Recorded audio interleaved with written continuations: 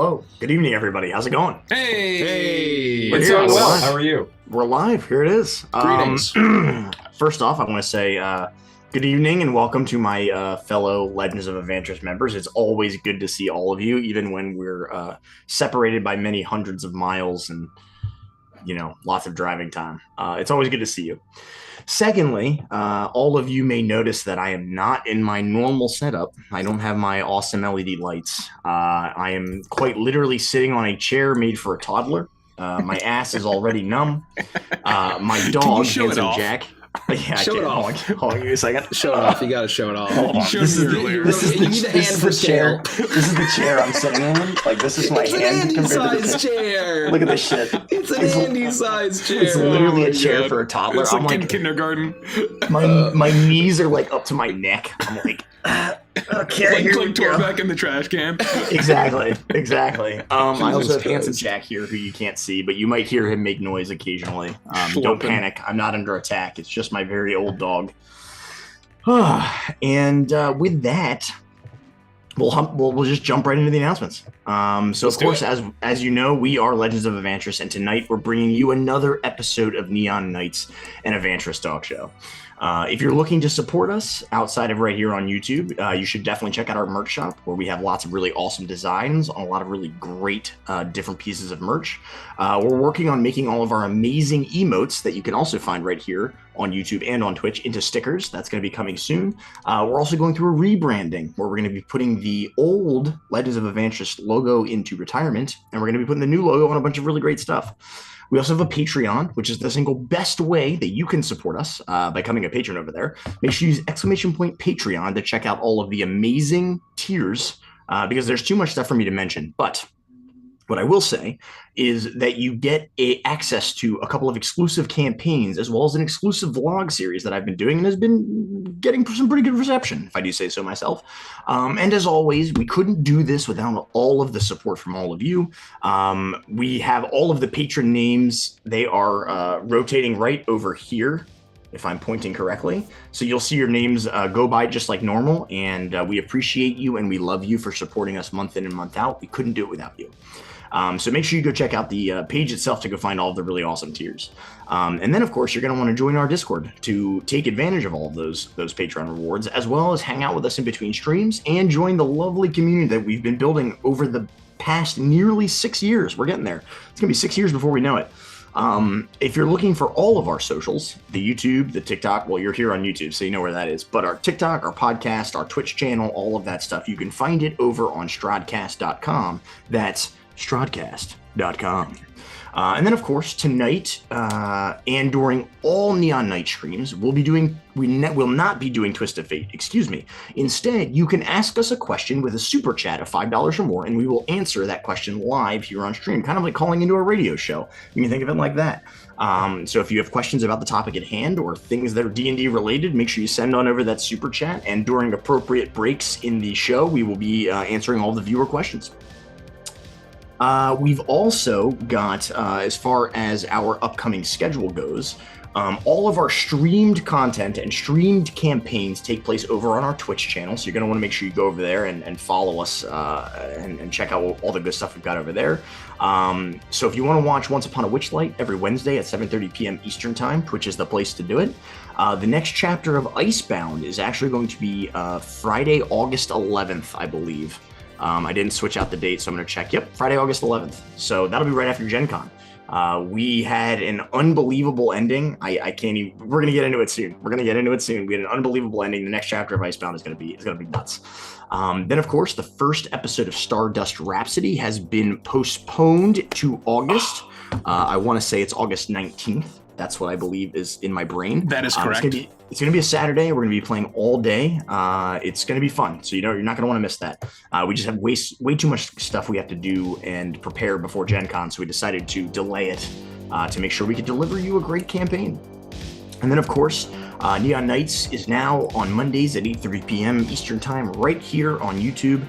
And we're just glad to have you. We're glad you're all here. And then as far as special announcements goes, we are officially hosting 4 events, 3 panels and 1 live show. That's going to be with Chuckles and Friends. You may have heard that name. You may know who that is. He's right here in this stream with us now. And then, of course, Mikey and I will also be guest starring in a couple of live play shows with Dice Cream Sandwich, which is going to be an absolute blast. Can't wait to do it. And then finally, we're going to be doing an official Legends of Avantris meetup the Friday evening of Gen Con. That's the 4th. From 5 p.m. to 8 p.m. at a bar called Nevermore. It's a short walk from the convention center, super convenient, very close by. And then if you become a member right here on YouTube, then you get access to a bunch of really great emotes that you may have seen over on our Twitch channel. We've imported a lot of them over here, not all of them, but we're slowly working on unlocking all of those emote slots so that you can use all of the amazing emotes right here on YouTube. And then lastly, if you're interested in learning more about Project Earthshine and getting a free copy of our Yuletide D&D curses that were featured in 'Twas the Night Before Witchlight, make sure you use the command !Naughty and follow that link to sign up for the mailing list. Our very first Project Earthshine email went out in the Discord. The Discord went absolutely wild. There will be more info coming soon, and I'm sure there's going to be lots more theory crafting in your future. So there's a lot of wild theories in there. You don't want to miss it. And we love the speculation, too. We love the speculation. We love the theory crafting. As someone who grew up on Super Smash Bros. Speculation for like a decade, you love to see it on the other side. Oh, yeah. And then lastly, we've got the YouTube intro, and we can dive right in. Okay, here we go. Hello, and welcome to another episode of Neon Nights and Avantris Talk Show. We would absolutely love it if you would like this video, subscribe to our channel, and check the bell so you never miss an episode. Tonight's topic of discussion is one-shots. So be sure to leave a comment below, let us know what you think about this new talk show, and suggest future topics that you would love to hear about. Also, if you're looking to further support us, be sure to check out the Patreon and the merch shop. So, gas up your Corvette, tune into your favorite synthwave station, and cruise with us as we enjoy another one of these beautiful neon nights. Thank you. Oh, baby. It's time. Gentlemen, it is time. I am so glad that we're doing this topic because we got a few things in the pipeline. We got some good stuff coming up, but one shots is something that we've been talking about for a while, and we've had a very unique experience. The four of us having done a lot of theory crafting and experimentation with one shots, and I think tonight is really going to be where Derek gets to shine and flex his Viking muscles. Because I would crown him the one-shot king if I had to crown any of us a one-shot king. That title would go to Derek, in my opinion. But first, before we get into that, let's talk a little bit about the previous week's episodes of different Legends of Avantris campaigns. And of course, we have Witchlight, which where, as you know, if you've been watching, you know that we're in Bavlorna's hut. I think pretty much everybody said there was no shot we were going to get to Bavlorna last week. So anybody who guessed that got that prediction right. You guys were on top of it. We're still only on 2 of 3 floors, I believe. 2 of 3 floors that we know of, right? Correct. Yep. And we had a pretty good. We had some really interesting stuff happen, but we had a really good cliffhanger. And it's going to be really interesting to see what happens next. Does anybody have any thoughts about the last episode of Witchlight and potentially where we left off and where we're going next? I don't want to necessarily have too many spoilers, but I was surprised that the Lornlings had some sense of like self-preservation. Ooh, you know, I kind of expected them to be sort of just this broad hive mind. But them like offering, hey, we'll tell you what you need to know or whatever if like we don't kill them. I think that's pretty. I didn't expect that at all. They seem pretty quick to throw old Bavlorn under the bus. Yeah, I don't trust them. Okay. I think we smash them with a giant boot. Fuck those little. Because you hate those guys. I know little fuckers. I fucking hate them. This has been my favorite part. Is that this. Grieco's attitude toward those little fuckers has been like present since episode 6. Yeah. So go back and watch the foreshadowing. Grieco's not going to want to parlay with him at all. Okay. He's into Miss Toes, Matt, Bloody Toes. You know what I mean? So. Oh, that's right. That was a pretty good twist. Yeah. So I mean, yeah, I think that's the case. I think that each dungeon for our party, minimum 6 sessions. Yeah, I mean, yeah, there's no way. I think there's no way, like, Edge of the Midnight Party, we are laser focused. We are fucking room, plenty of role play, do this, handle it, go. It took us 4 sessions in the Crooked House, maybe 3.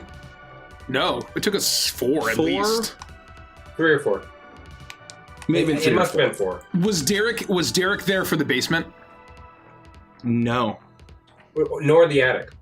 No, it was all the same episode. Oh, it was? Okay. It was 3. Yeah, I missed the very attic and the very basement. 3 sessions in the leanest. We were fucking on a mission, in and out. We were fucking systematic. With that, and that was still 3 full sessions with this fucking party. You double it. Yeah. Double it. I think that's fair. I think it's very fair. I'm just picturing the Edge of Midnight Party rappelling down from rooftops, like bursting in through windows, action hero style. That's right. Go. No, we're the laziest, slowest players in the world when it comes to Witchlight. It's great. I love it. Well, it's not like we have a time limit or anything, right? There's no, there's no. Well, I think it's very different because Edge of Midnight we're very clearly. We're very clear, and this is why I in the Crooked House. If you're a patron, you can enjoy a 71 page adventure module, the Crooked House, and I use the word investigator. Basically referring to the players because that's basically what we were. Like we were there on a mission with a job to investigate. It's like, and so we were doing our job. And in Witchlight, it's like, well, we're just gotta, fucking around. So it's very different. Awesome. And then, so unfortunately, obviously, I'm not going to be there this Wednesday. So next round of nights, you guys will have to drive the recap for me. I'll try to watch as much as I possibly can. And then, of course, we had Icebound, which we've kind of talked a little bit about here in the past, where we were kind of in the denouement between arcs, and Derek had said famously that we got done about 5% what he wanted to get done 2 sessions ago.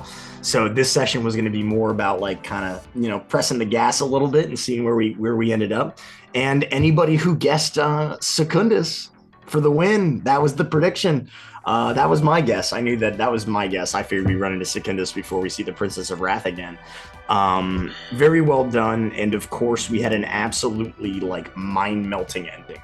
I know that I could have just kept going right into the next session, right? Because I really wanted to see where we were going with that ending.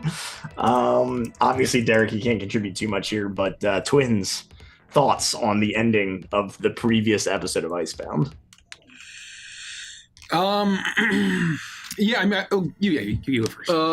I guess what I'll say is that I was definitely debated because while I thought I had a very strong feeling that Secundus was going to show up, I thought the chimes were related to him. Ooh. And not the fucking crazy ass eldritch star from fucking the Plateau of Lang. Right. And the Dreamlands. And so that was a debate. That was the thing. And so I just happened to accidentally get right, just from the laws of narrative. I'm like, well, what would I do in a story such as this? I would basically remind the party of the primary threat so that they can then so he can fuck off and they can deal with the Princess of Wrath. So I don't have to deal with Secundus for a while. But I thought that the chime was a sneaky little hint, and it was actually like, oh, fuck! Oh my bananas, fuck! But anyway, I was very pleased. I debated about doing that chime for like most of Arc 2, and it was just too noisy. Yeah. Where it was just hanging over you the whole time. Sorry, go ahead, Rich. No, I originally thought it was just related to the festival, and that like we were hearing chimes because it's the new year and that's their tradition. But I didn't think to ask about it. It was way sneakier than that shit. And Mace has said, I've never seen that before, and it was in last session, and it's been on top of that bookshelf for 6 weeks now. He's a little clueless sometimes. It's so anyway, my point of that is that Derek was very sort of sneaky and just kind of very casually was just hitting the chimes. It's behind the DM screen. We would hear it occasionally. Hopefully the mics picked it up too. The fact that it's related to this enchantment in the light is so fucking cool. And to me, it's so juicy. And what I was expecting this next arc to be, I'm sure it still will be like that. And I think that this is very much like a between arc story. That maybe this is the analog to Midwinter Festival. Midwinter Festival. Yeah. Yeah. Okay. Yeah. See, I assumed that it was just going to be like, we have like a fun little day, and then that's it. And then we would get into the arc. I wasn't expecting this whole like mind fuck like mini arc between the arcs, which I love. Mm-hmm. Before we get into your like classic gritty pulp arc, is my expectation. Yeah. But anyway, I'm super excited, and I think it's like 5 weeks until the next one. Yeah, that's or maybe it just is. 4. Maybe just 4. But anyway, it's the week after Gen Con, so it's a little later in the month. Oh my God, Gen Con is so soon. Yeah. So soon. It's so gonna be here before we fucking know it. soon. Oh God. But well said, Rich. Well said. Derek, I echo everything they say. My hat is off to you. You ran in a fabulous session, and I think we are all stoked, including chat, to get to the next session. And my only sadness of getting to the next session will mean that Gen Con is over.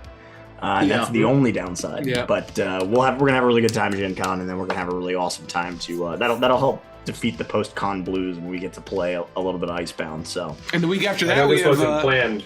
Go ahead. No, go ahead. Oh, I know this wasn't planned, but I think it's very fortuitous that we're talking about where we're headed in that story in the campaign of Icebound, because it always was my idea to do an arc and then a little tiny one-shot, and then an arc, and then a little tiny one-shot, and then an arc, and then I'm going to keep up this pattern so we can easily segue into the topic at hand, because things are confronting us right now in a one-shotty manner. yes, that is a good segue. I do know that Rich was going to say, in addition to Icebound, the week after that What do will we be our have? first episode of Stardust Rhapsody. So you also have a lot to look forward to. August is Yeah. going to be It's going to be a jam-packed. crazy 3 weekends where it's Gen Yeah. Con, then Icebound, then Stardust Rhapsody, back to back to pedal back. to the metal. Awesome. I'm- So I sorry, think go it's a ahead. good. As much as it makes me shed a tear that we will not be playing this month very soon, I am glad that we will have the extra month. I think that the first session will be better for it. We got a lot of Agreed. cool stuff in the works, folks. So I think that Agreed. I think it'll be really cool for y'all to see it. I'm very excited. Yeah. Awesome. Derek, thank you for giving us that little thought about this arc and then one shot, because I guess I'm just too stupid to realize that's what you were doing until you mentioned it, and it rhymes so beautifully with tonight's theme.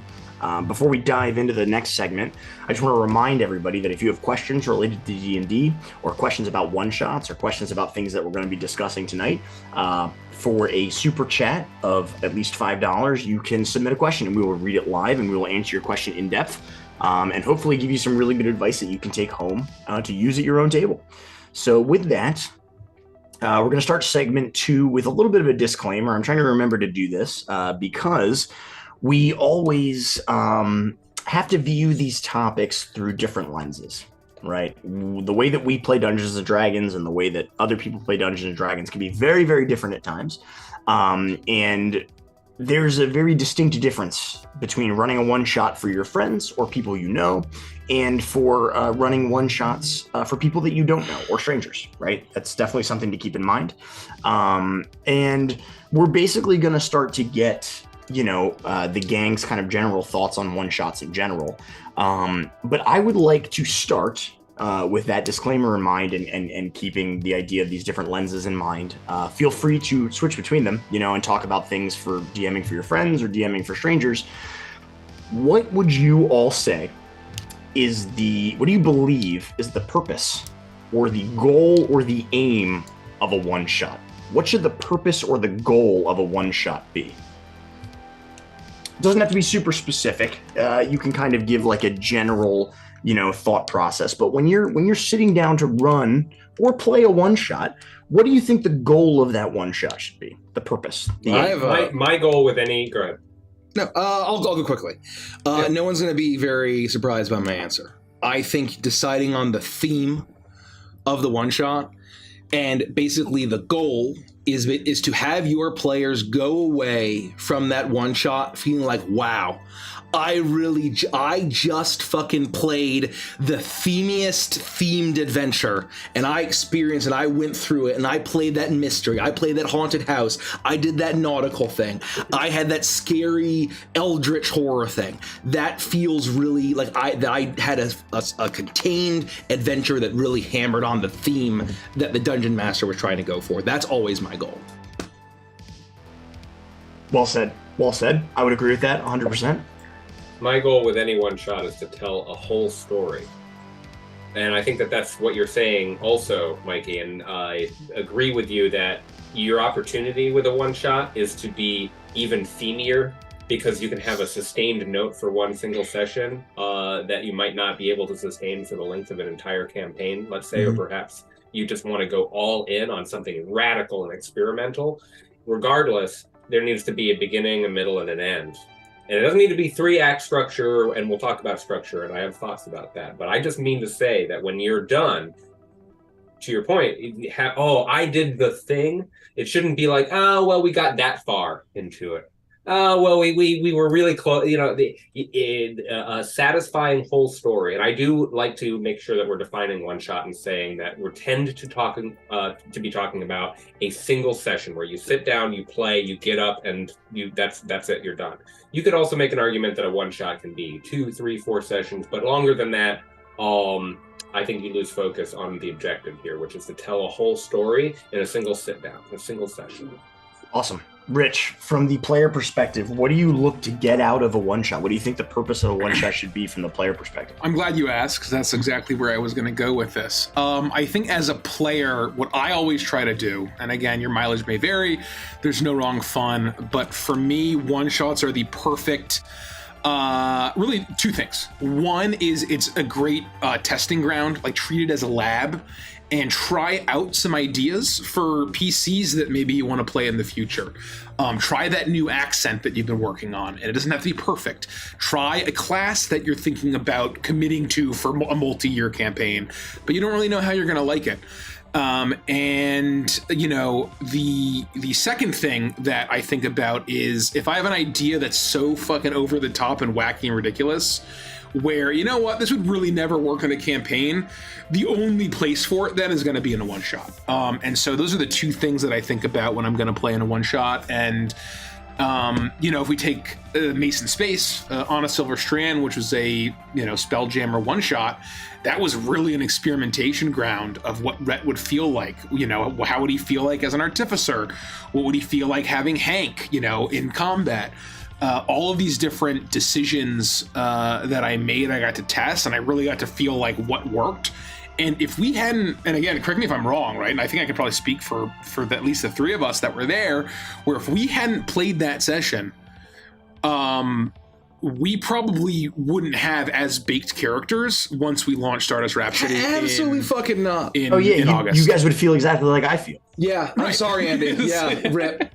I got to say sucks to suck, but rip, man. No, trust me. It was an important thing. We did play a session 0, which we got to do even more work, right? But I think that having that all-day session and so much time to feel out the character and the dynamic gave me so much ammo to come to the character creation table for Rhapsody. I think that a way to kind of additionally articulate it is if you are approaching it the same way that Richie's talking about, is going into the session with a hypothesis about the character. Oh. And basically, and then doing the testing, like Richie said. So like my hypothesis that I didn't realize that I was going to play Chuckles in Mason Space until the night before. And so my hypothesis was that Chuckles could become an actually playable character and not just some goofy one-off non sequitur PC by making him not antagonistic like what he is with Gideon, and taking not just the kind of goofy, not just like the evil demon clown, but adding in the whole Roger Rabbit Looney Tunes cartoon on top of clown, and that's how you make Chuckles a legitimate PC. That was my hypothesis. I wasn't sure if that was going to be correct, but I tested that theory, and I think that my hypothesis was proven correct. And so going in with a very clear hypothesis will allow you to better test the character that you're attempting to demo, preview. Anyway, sorry. No, that's good. Derek, please. I think that that's very valid. And that's also true when you are looking at things from a game master perspective. If you're going to think about how you're prepping, changing up what you are doing and how you're prepping for any other given game of Dungeons and Dragons or any tabletop role-playing game, this is an opportunity to be like, well, what if I didn't have any notes going in? Or, well, what if, like, something radical? That's a super safe place. We're getting it. I'm glad that you mentioned the context of, for how I think about one-shots might be very different for close friends versus for complete strangers in a convention, or for the Avantris crew, because one-shots also do this work. Don't necessarily have to commit to an 80-session campaign with strangers for the first time. It's an opportunity to also try out a group. It's an opportunity to also find the players who are and the game master that is going to gel most with your preferred style of play. A one-shot is a terrific way to taste a group as much as it is to taste a story or to taste a character or any of these other mechanical things we're talking through. Well said. Very well said. I can always leave it to Rich to basically, when I tee him up with a question, to immediately segue into my next question, which literally says, from the player perspective, trying new character ideas, 2D to 3D, playtest ideas for a larger campaign, ? So Rich is just really good at, whenever I tee him up, he takes what I wouldn't give him the intro, and then he takes it into the next question. So what I would say is, for all three of you, I think the Stardust Rhapsody examples are fantastic. But do you have any other examples, right, of maybe stories, anecdotes of when you did use a one-shot to try something wacky and it worked or it didn't work? Go ahead. I don't know how often we've said this, but I basically became a member of Avantris because of the success of a one-shot. Fair enough. Technically correct, which is the best kind of correct. Yeah. Yeah, you know what? That's an interesting way to put it. Technically correct. And I mean, I was gonna be a player, and we were having fun and all this stuff, right? But I think that we had this, and I'm so sad that we'll never have a recording of it except in our memories. But it was a radical, outrageous idea, and it ended up being extremely successful because I found out that I had also terrific players at my table. That was a new experience as well. Can you tee that up a little bit, Derek? Maybe just high level, explain that session and what we did and how it went. Give us some more context. I can tee it up too. It was nearly Halloween, and I don't know why we started talking about it, but hey, Derek, would you come and run your own game? You've played at the table, and we understand that you DM sometimes. What do you got? Show us what you got. And we decided to run a spooky Halloween thing, and I was like, I really want this to fucking slap. I just want this to be insane. And so I took some of the things that inspired me the most and had a one-page prep sheet and sat down, and I had this idea. And a lot of the advice I will give you for one-shots tonight come from what was successful about that. And it had a really, really hard timeline. It was super high stakes. It was radical fantasy. It had a great combination of evil and grim and dark, violent-y things without being overly burdensome. And at the very end, there was this aha climax that was literally everyone just screaming at each other because of the choice that they had to make in order to survive. And it was the first unstreamed session of what would eventually become You Will Be Witness, and my attempt to recreate that as everything to do with why I love one-shots so much, actually. That's my overview. Did I miss anything, Mikey? No, that was exactly correct. Yeah, and I think that, just for additional context, it was one night, it was one adventure, so we managed to get through a chapter in a single night, but that actually ended up being the first chapter of You Will Be Witness, which is available for patrons. Yep. We started streaming it, starting with chapter 3, and everything else is streamed. But chapters 1 and 2 were just Derek basically running a home game, more or less, for us. And it's a bummer because chapters 1 and 2 were my favorite sessions. They were just banger. It was all downhill from there. Well, I don't mean it like that. So they were just really, really fun. And I think that You Will Be Witness, including that session that Derek talked about, is a great example of trying out characters because we kept switching characters throughout You Will Be Witness. Yeah. And it really was this laboratory campaign. And funnily enough, in that first session that Derek just described, I played a Forge Cleric because it had just come out. And I love dwarves and I love forgey things. And I was Ord. And the voice I used for that character was the voice that I'm using for Rhett. Yeah. And he's now a dwarf, and there's actually bits and pieces of Ord from 2017 that I'm pulling through into Rhett. That's amazing. Today. And you tested Toa as a druid. I was just gonna say, That's yes. right. And so that was Weird. actually the first time I ever played Toa. I was trying out Toa as, and I've told this story a little bit, where Toa, it was my character in Beneath Our Wings, our monthly campaign from back in the day that we'll finish at some point. We're about 4 sessions off. And he was originally going to be a turtle. He was originally going to be a sorcerer. And then I was between druid and barbarian. And we were spinning up, streaming You Will Be Witness on a monthly / weekly, bi-weekly basis. It wasn't super consistent. And so, I that was in March of 2018. And I decided, you know what, screw it. I'm going to try out Toa, see what he feels like, and see how he feels as a druid. And I ended up loving his personality, but hating druid for him. It was awful. It was awful, awful, awful. Doesn't work. Hey man, you want to be an eagle and go scout out and It just didn't work. And so then that allowed me to sort of lock in, be comfortable with Toa the character and the voice, but then throw out druid, lock in barbarian.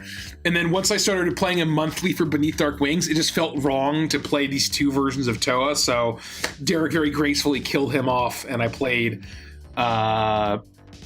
who did I play next? Did I play Bargrim right away? Next. Yeah, you played Bargrim with his Book of Grudges.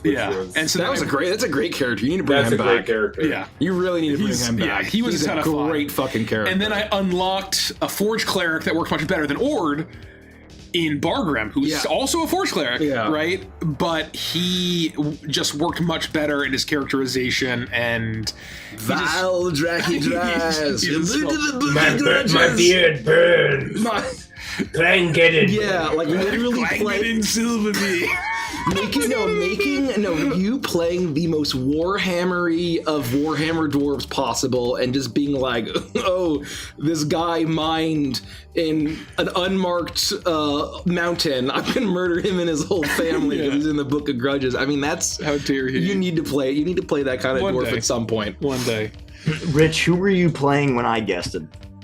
I was playing Bargrim. That's what I thought. I was playing Bargrim. That's what I thought. I just couldn't remember. It's been a very long time. Yeah.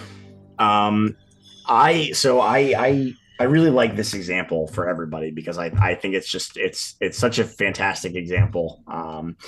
And I think you guys did a really good job highlighting what made one of the things out of the numerous things that made Witness so unique.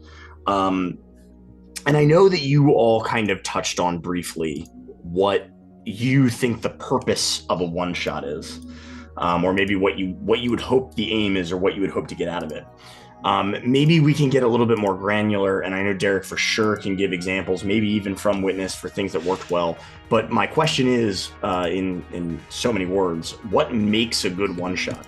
Maybe there are specific, more, like I said, a little bit more granular details or things that you can do, specific things that you can do outside of just, looking for this theme or trying to tell a complete story in one sitting, right?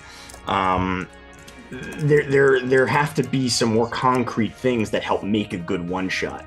And I think I've learned some things from DMing at cons. That's where I've done almost all of my DMing, right? From DMing at cons. I've learned things that make a good one shot in my opinion, but I'm curious what you all think. And again, think about the difference between whether it's you're DMing for friends or whether you're DMing for strangers at a convention or your friendly local game store and all that. Derek, you want to start? Yeah. He's scratching his head. I think I stumped him a little. I think it's a really interesting question. And having been very much in the mindset, this was certainly true during Witness, but it's always true anytime I'm going into a one shot. I'm chasing the dragon. I'm thinking about when you finish the one shot, everyone goes, whoa, that one thing, man, that was so crazy or so cool, or what are the chances, If a one shot is successful, then I think that there will be fiero victorious feeling about it, even if your characters all die and it doesn't succeed. That's not exactly what I mean. It's not whether the story has a happy outcome that I mean, but whether the story was successfully executed where it becomes more than the sum of its parts. That's what I think turns any one shot into a good or a great or a phenomenal one shot. You can go onto our Patreon. You can check out A Folk in the Road. I've run that for 30 plus tables at different conventions and all this stuff. And I really, really remember like 2 or 3 specific ones because that magic happened. All of a sudden, all the characters were on board. Everyone was rowing in the same direction. And the outcome surprised everyone, including myself, even though I've run it 30 times. There's that surprise victory feeling where one shot just snaps is what we're going to spend the rest of the time tonight unpacking, and what I'll be spending my time unpacking anytime I think about running a single session story like a one shot. So what I'll say before everybody else jumps in is that A Folk in the Road is the one shot that I think inspired me to use this as the topic tonight. I think I told you this before. I had the honor of editing it before we put it on Patreon, and I told you I think it's the most well-crafted, thought-out one-shot I've ever seen in my life. And I obviously, I my experience comes from the microcosm of Avantris, but I cannot overstate how blown away I was reading the one shot that you put together, and I do want to talk more about that. I want to talk a lot about that because I think that there's a lot of really, really good stuff in there. But again, Mike, Rich, tell me what you think or things that you've experienced more concretely, as opposed to just these overarching brushstrokes about what do you think makes a good one shot. What are things that you've experienced that have made a one shot good for you? For me, I mean, I agree with Derek. I think that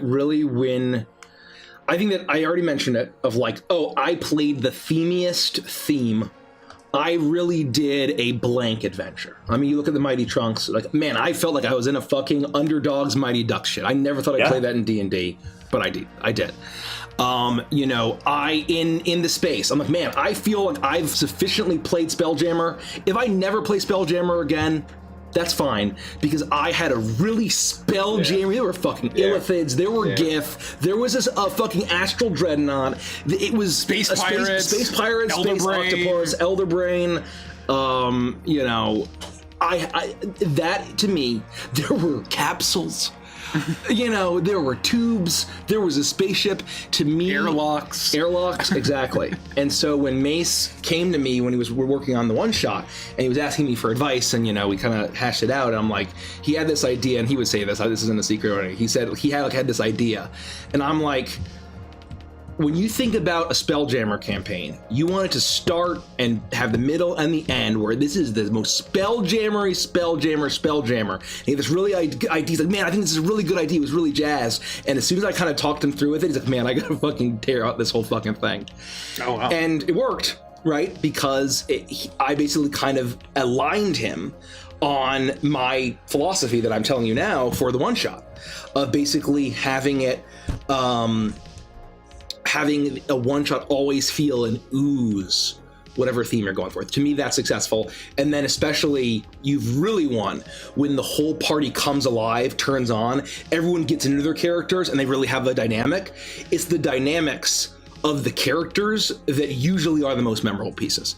Like, I think of like all of the random one-off, super impromptu one-shots that Derek would run for us when we were awful about our schedule and we were canceling left and right and we just fucking sucked as content creators. Derek, we're not going to be able to do the regular thing tonight. You got 2 hours to figure it out. Yes, sir. And, let's go. And the things that I remember the most are the environments or the times where the party came alive and had the interaction with Andy playing Regan from the swamp and me playing Felpip and us playing a bunch of gnomes that all just had really great chemistry.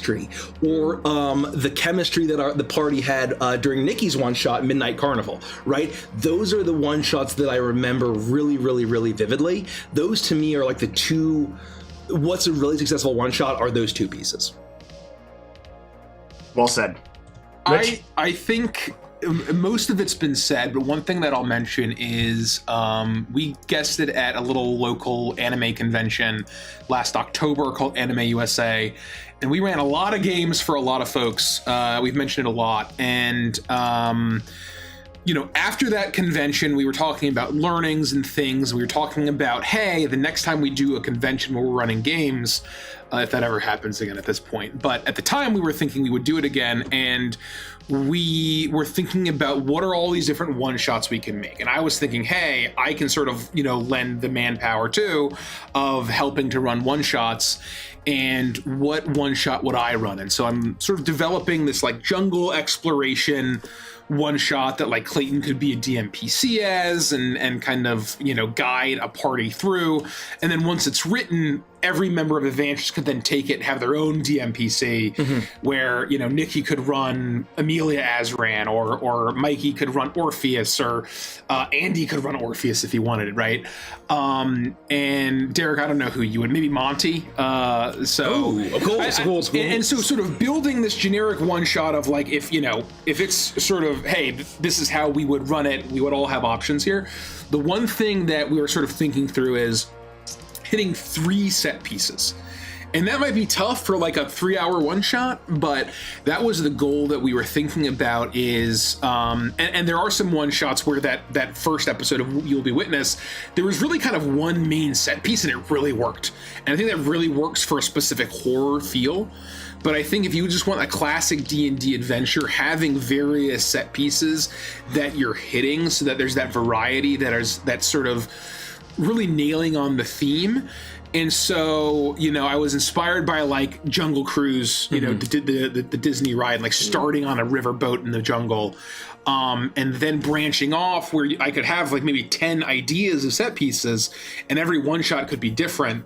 But really, every single one shot, just hitting 3 of those should be enough to really drive home the flavor.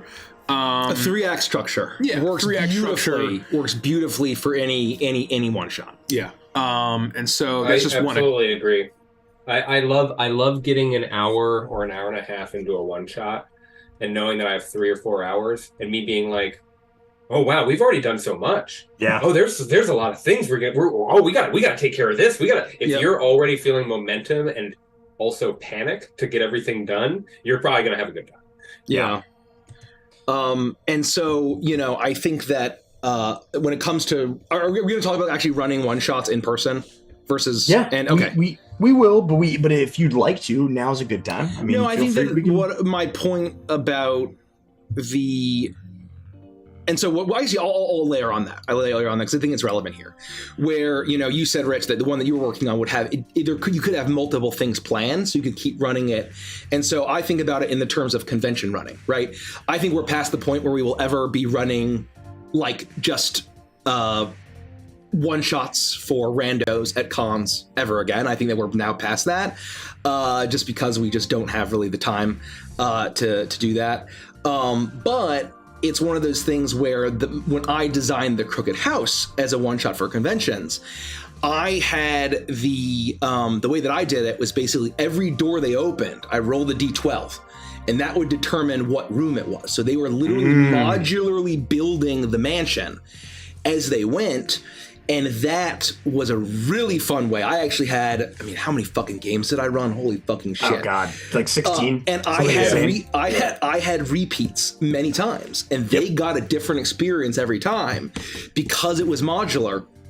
And basically, however they did it, and the campaign, the session could end either in the attic or in the basement or in the chamber beneath the basement. Either way, and that's because I viewed it as the structure. Basically, the first act is meeting Philip Druskenwald, having the interaction, arriving to the house, entering the house, and realizing that you're trapped in the storm. The Crooked Man is there, and it's fucking spooky.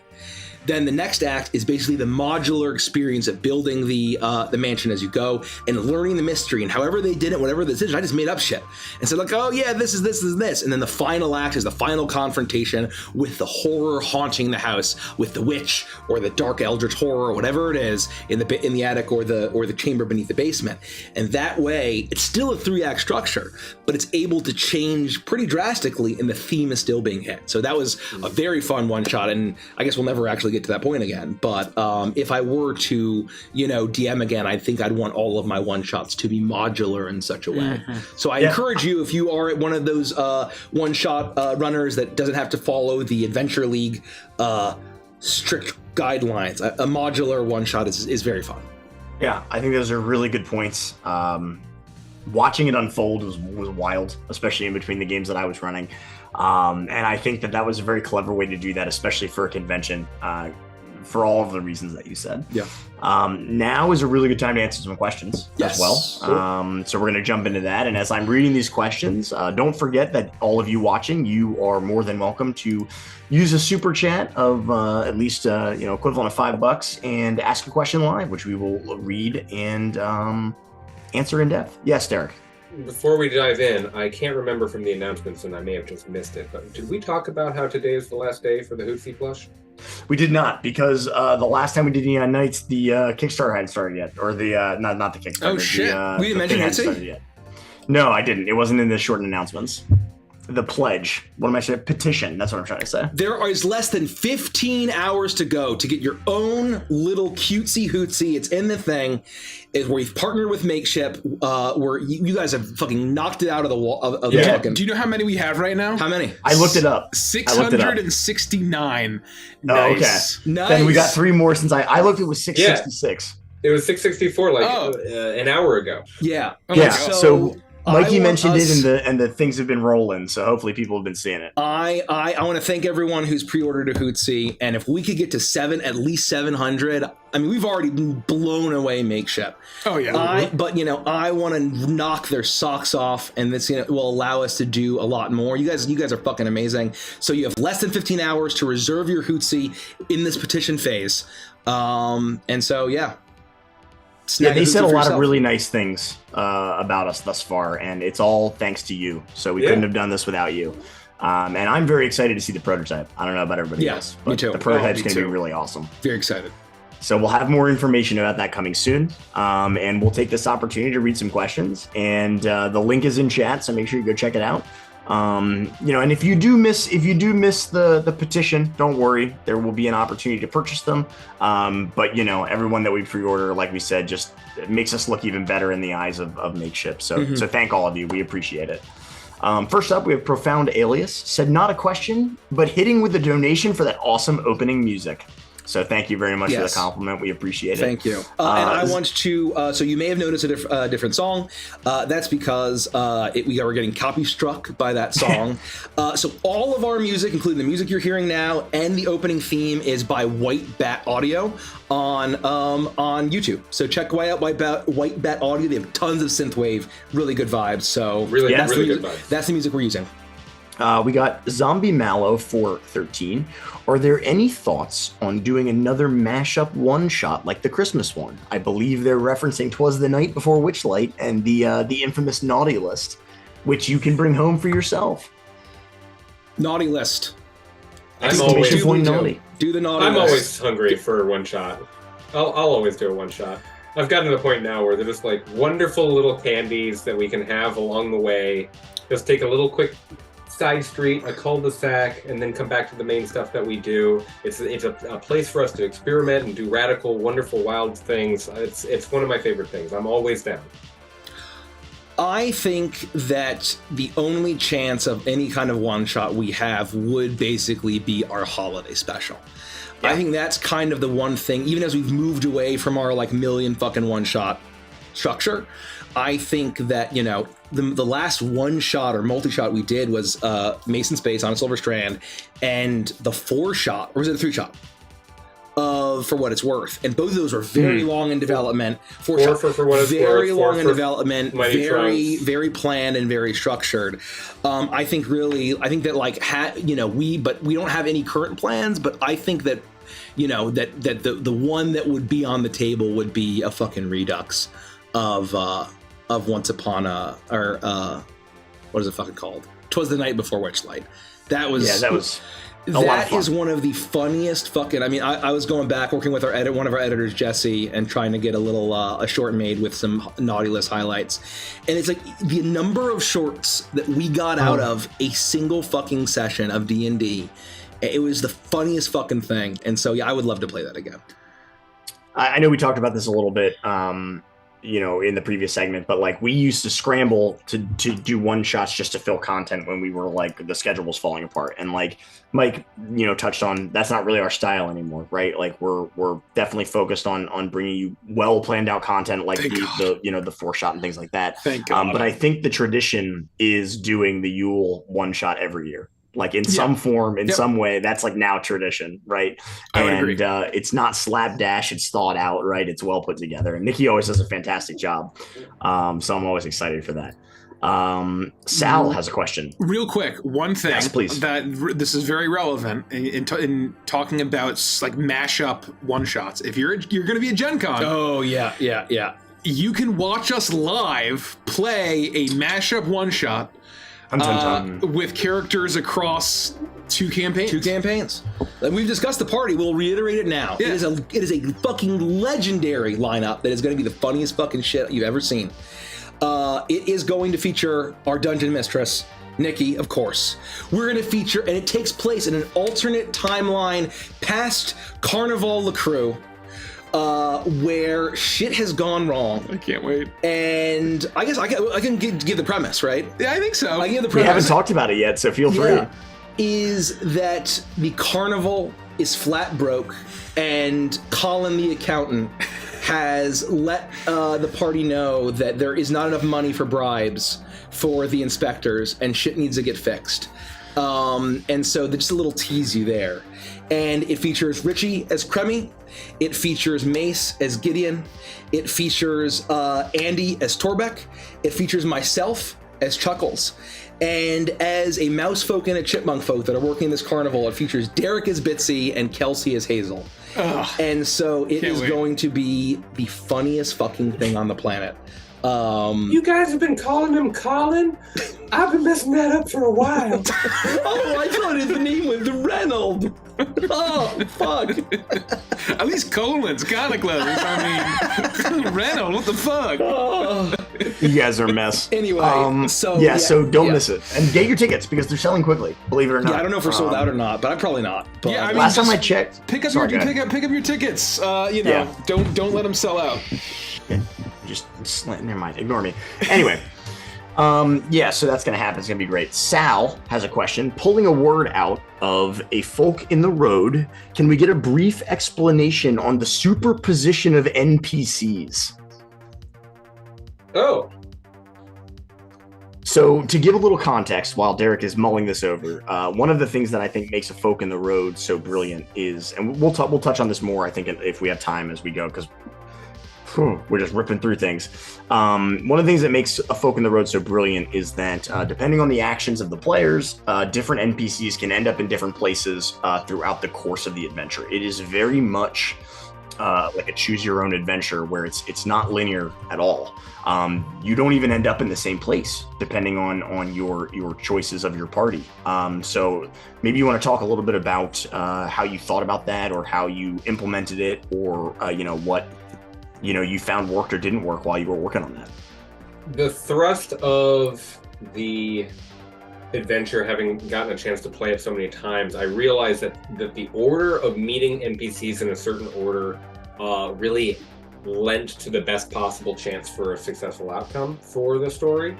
If I were too rigid going into a one-shot, and I said the character X is always going to be in that room, and they're always going to be doing this, and everyone misses that, or they hit some other piece of information and they come in with a different context, that can not facilitate what the theme that I'm going for the idea that what I want to build towards as a DM. I'm trying to not remove player agency, but guide things in such a way that it feels like it makes logical sense.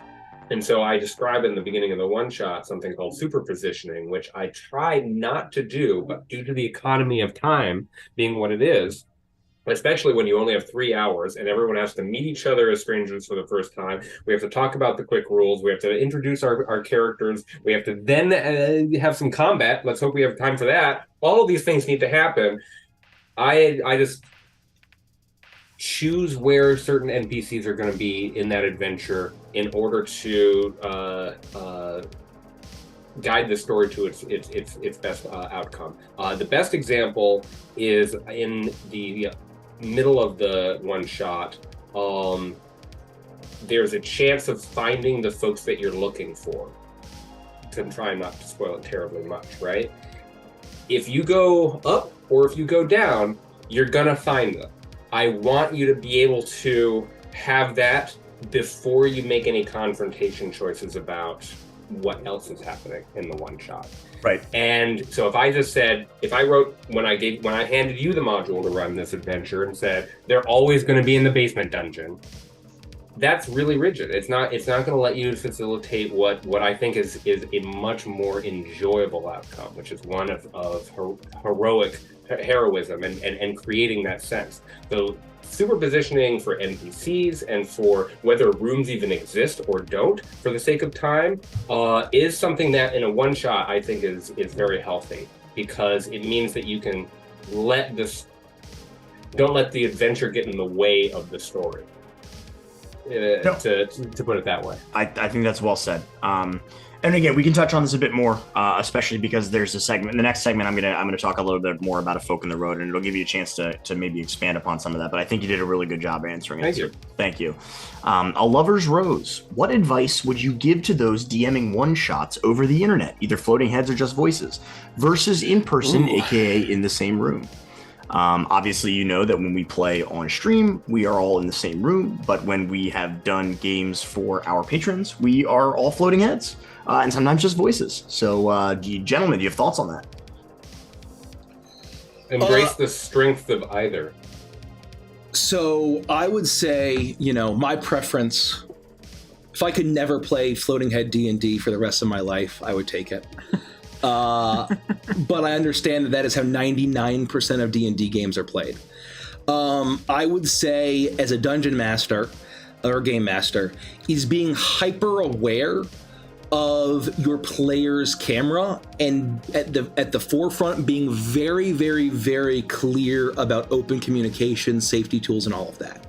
Because on floating heads, it's a lot harder to read facial expressions, to read subtle physical language and physical communication. It's hard to read the subtle back and forth. The energy is difficult to read.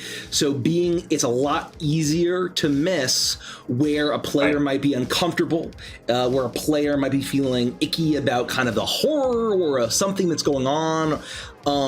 That I think is, so you got to be a lot more diligent, a lot more aware, and a lot more encouraging of your players to really speak up if there's something, because unfortunately it is far more difficult. That to me is the biggest difference. I apologize. Yeah, it's fine.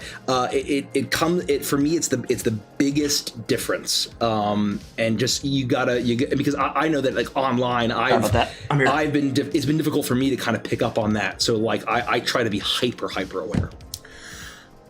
Well said. Rich, you've partaken in many floating head session.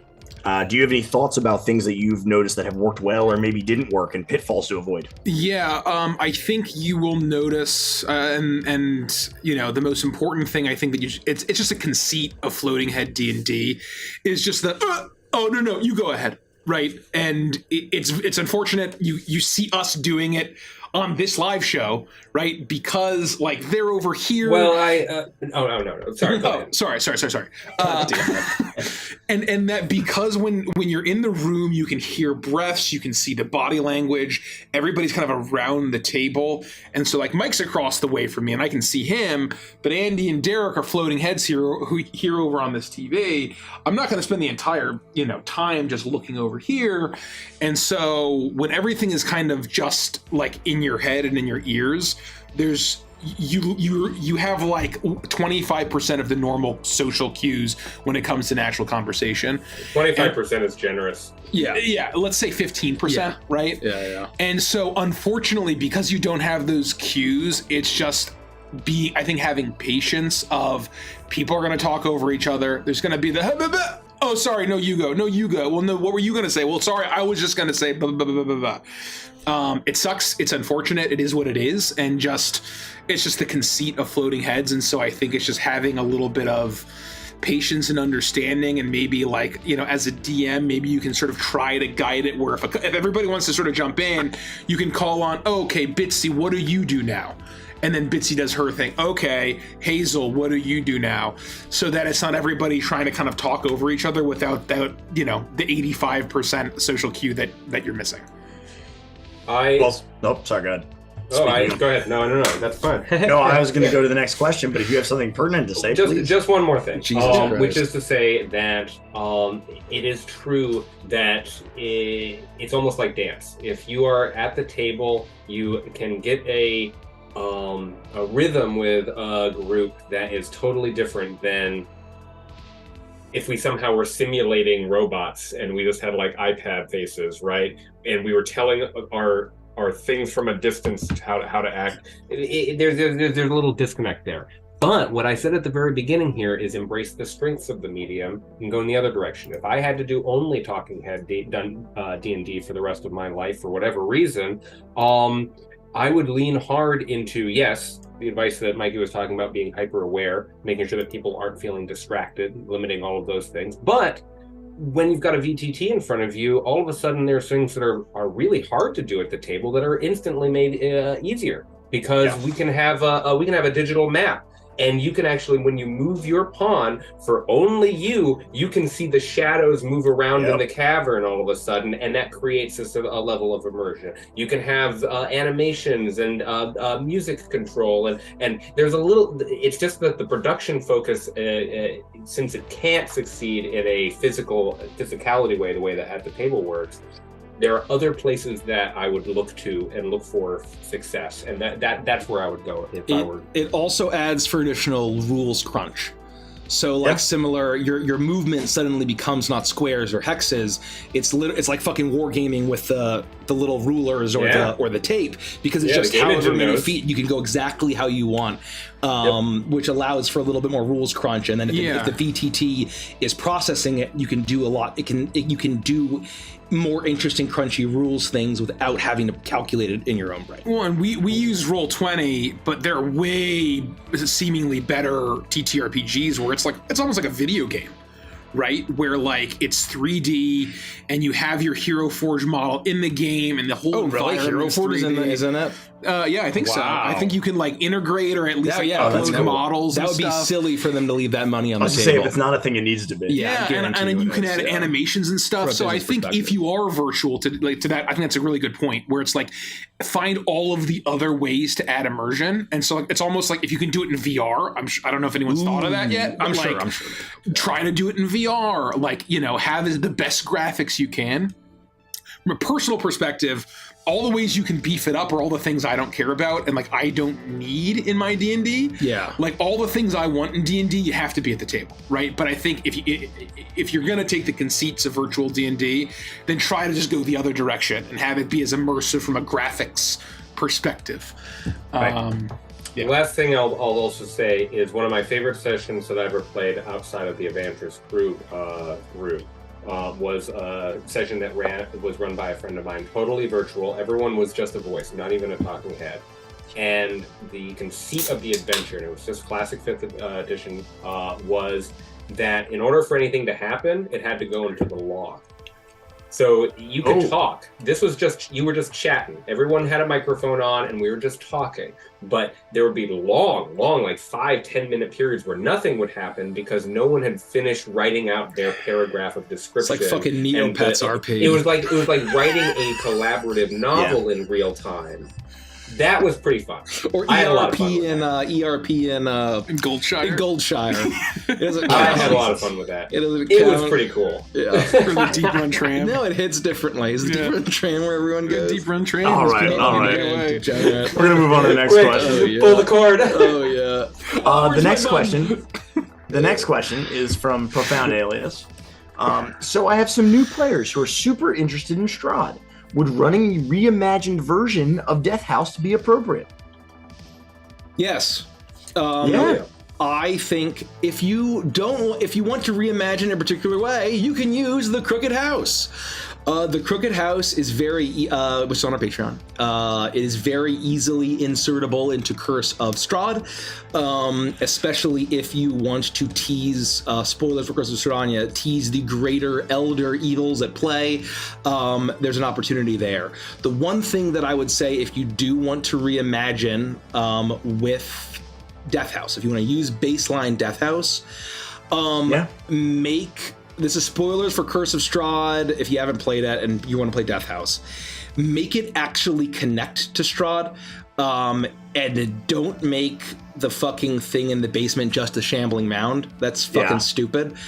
Make it something that is relevant to the campaign. The thematic, you might say. Make the cult matter to the overarching campaign. And what I've seen a lot of people do, as I've kind of read through stuff and criticisms and discussion of Curse of Strahd, what they've done is, spoiler for Curse of Strahd and Death House, is the little baby Walter, right? The little baby Walter is actually the thing in the basement, and it becomes like this horrible abomination. And rather than it just died because whatever, like it actually is the horrible abomination. There's a little bit of Dunwich horror. Dunwich horror. They do that really successfully in Witcher 3. Also. Oh yeah. It's a through line of like the story of the family then connects with the cult, and then it all ties together. Yeah, it all instead of just sort of like what happened. We to the worship mouse. a shambling mound in the basement. Like, what the fuck are you talking about? Because it decays. Yeah. So that is what I would recommend if you want to revamp it. And then I would tie it to what I would tie the evil of the house, and then makes it come back to life and makes it do all of that. I would tie that all to Strahd somehow. I would have it be a foreshadow, and the reason why it does not in the book is because they want Death House to be entirely optional. You don't have to play it in Curse of Strahd, right. And they also want you to be able to play Death House without Strahd being required. So they wanted to basically have a full separation that's kind of thematic, and they're, this little Easter egg where you can right-click and read about Strahd like it's fucking Bioshock or a fucking Bethesda game, or something where, I get the story and the lore, or fucking Elden Ring, right? But it doesn't actually connect, and so I think that is the biggest problem. So one more suggestion is either remove a bunch of the combat or just change the monsters.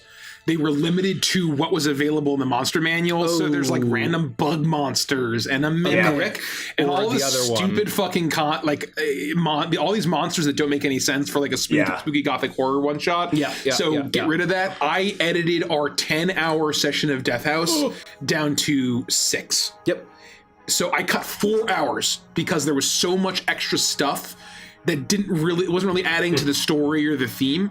So feel free, just in the prep phase, just cut it or change it. Well said. We got one more question. And this is from Josh M., who actually gave us like a super chat, went above and beyond. So thank you so much for the support. We really appreciate it. $10 super chat. Thank you so much. Unbelievably kind. Big dono. We really appreciate it. What are your guys' favorite classes / multi-classes to play in D&D? So my favorite 2 classes, I can go because I snap answer here. Druid and Cleric are my favorite 2 classes, pretty objectively in my opinion. But my favorite multi-class is neither of those. My favorite multi-class is what I discovered. I didn't realize how well this worked, is Bard Sorcerer, and that's what Chuckles is. On a Silver Strand, that's what Chuckles will be in Stardust Rhapsody. And to me, the Bard and Sorcerer combo is exactly the right blend of what I want to be able to do in a way where I don't care about getting more powerful in either class. It's just the amount of the number of options that I have is really fun and thematic. So Bard Sorcerer favorite. That feels like a very unique combo. Yeah, and it's all charisma, so you can build it in the same way. I was born a bard man, and I'll die a bard man. Rogue and Wizard for me. I think Cleric is probably the best class. I would agree with that. You can flavor it a million different ways. It's a lot of fun to play. Yeah. So you're our first episode of Neon Knights.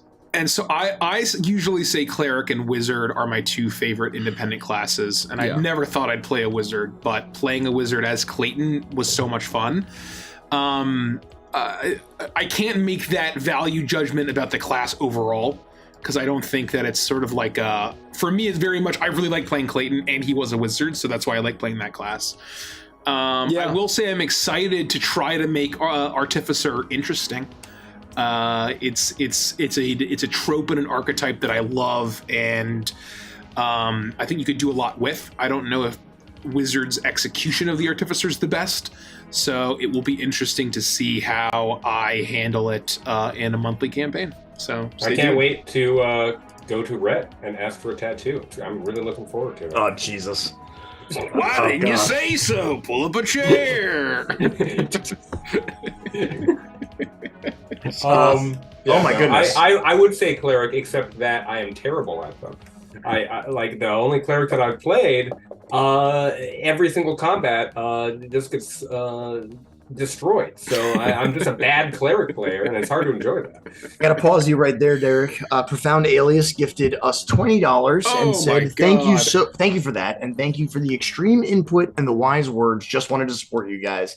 Thank you. We really appreciate it. It's very generous of you. Thank you so much. You're really amazing. Amazing. Is that Swain? I'm not close enough to look at the profile picture, but it looks yes, it looks like it. It looks like Swain to me.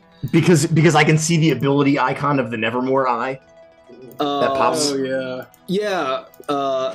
It definitely, yes, it is. Elder Definitely God is. to your taste. If you like Jericho Swain, watch Beneath Dark Wings, Edge of Midnight, because I'm a hack and I stan Swain tremendously, and I can't stop shoving him in everything that I do. So, excellent profile picture. Awesome. Thank you all so much for the questions. We're going to move on to the next segment. If you have a question that you would like to ask, you can super chat for $5 and we'll answer your question live, and we'll try to do a good job to give you as much of an in-depth answer as we possibly can. This is where you get it right from the source. And real quick, Lady Alexandrana, thank you for becoming a member on YouTube. Thank you. Yes, I can't see those. Yes. So thank you. Shout those out. So that'll be my job to shout that out. And I think that Cheers. the more members we get, the more emote slots we unlock. So we might unlock another emote slot during the stream if enough folks sign up for membership. So And members, don't they get like a tab and they can go into a member tab? There's a whole I just learned this like yesterday. So It's the fuck out of me. there's like a member tab. I swear to God. there's a member tab. You get priority response from us. You get the little badge that has our brand new logo. Look at that. It's the only way to it have looks the nice. logo. You know, yeah. that's looking real nice. It's looking real yeah. sexy. It's Looks looking real real good. sexy. So join us if you're into it. And Profound Awesome. Alias mains Swain. So if you haven't seen any of all of my campaigns and all my shit, I also Swain was one of my mains. So great character. We're jumping in to the next segment. Okay. And basically, again, I want to give Derek the ability to kind of flex on us here. And I kind of want to talk, and I think maybe you can use a Folk in the Road as kind of your template, or pull from different one-shots that you've done. But I kind of want to talk to you about the steps that you kind of go through, maybe the mental process of creating a one-shot. We're big fans of like processes here, and we talk about the character creation process. And I wouldn't be surprised if one day we codify some kind of steps to creating a one-shot, right? And that definitely seems like something that Derek would be able to lead, especially with input from all of our other DMs and wonderful players. So with a Folk in the Road being so unique in my eyes, correct me if I'm wrong, but I think it's pretty unique. Let me know, like, what was your thought process in creating that? Where did you start? Where did you want to end up? How did you arrive at the final product? And what was kind of your steps to creating this one shot? Because I really do think it's the model for like what a perfect one shot is. Thank you. I knew that I was going to have to run this thing 36 times, so I knew that it needed to have the flexibility and modularity for me to stay interested. And this is just good tabletop role-playing game mastering advice for anyone beyond one-shots, beyond campaigns. If you're not excited, your players aren't going to be excited. If you're not scared, they're not going to leech that fear that you're feeling because they're about to open a door and you're like, I don't want them to open the door. They will feed off of your energy, even through a camera in a virtual space or at the table. And so if you want to stay excited about something, what's the easiest way to do that? Well, branching tree lines. But I didn't want to create a dungeon where you get here and then it splits, and then you get there, and then it splits, and then you have all of a sudden these options, right? Or oh, you can run the dungeon backwards and forwards. The split, and this was the thing that inspired me, and I think this is what people are excited about when they play the one shot themselves, is that it's the moral choices where the splits happen in the party. And it is very much, again, we're going to hit that theme bell, but I knew that I would want to take any group and have them meet each other for the first time and end up that they felt like they had come together as heroes and done something selfless and epic and awesome. And so the entire one shot is designed with those two sort of lenses over each of my eyes. Is I wanted it to have that flexibility, that modularity, and I wanted it to. I had a goal. I wanted at the end for everyone to feel like we did the right thing and we protected people or saved people or helped people, and maybe there's a little bit more adventure around the corner. What's on the horizon? You can hear the horns blare and the music swell, right? Those were the ways that I thought about approaching getting into it. The how I did that, we can have a whole conversation about structure. We can have a whole conversation about what you shouldn't include in a one-shot, in my opinion. The method of getting from what I just described to having something that I wrote down that I think that anyone could sit down, read, and go, I could run this, was more a method of subtraction and deciding what is essential to that idea than anything else. There are rooms where it'll say right at the beginning, hey, if you're running limited on time, we're going to hit this note again. You don't have to do this. But if you got 6 hours and not 3, you might as well throw a little extra combat on them just to get them to drain their resources and put them into a different mental state. And like, this is the impact that'll have, right? That's how I sat down to think about running it for myself. And I hope that I've conveyed that in writing through what people can download on Patreon. Yeah. So, when you talk about subtraction, you talk about, the structure, I think those are things that we should talk about. I think those are things we can get into now.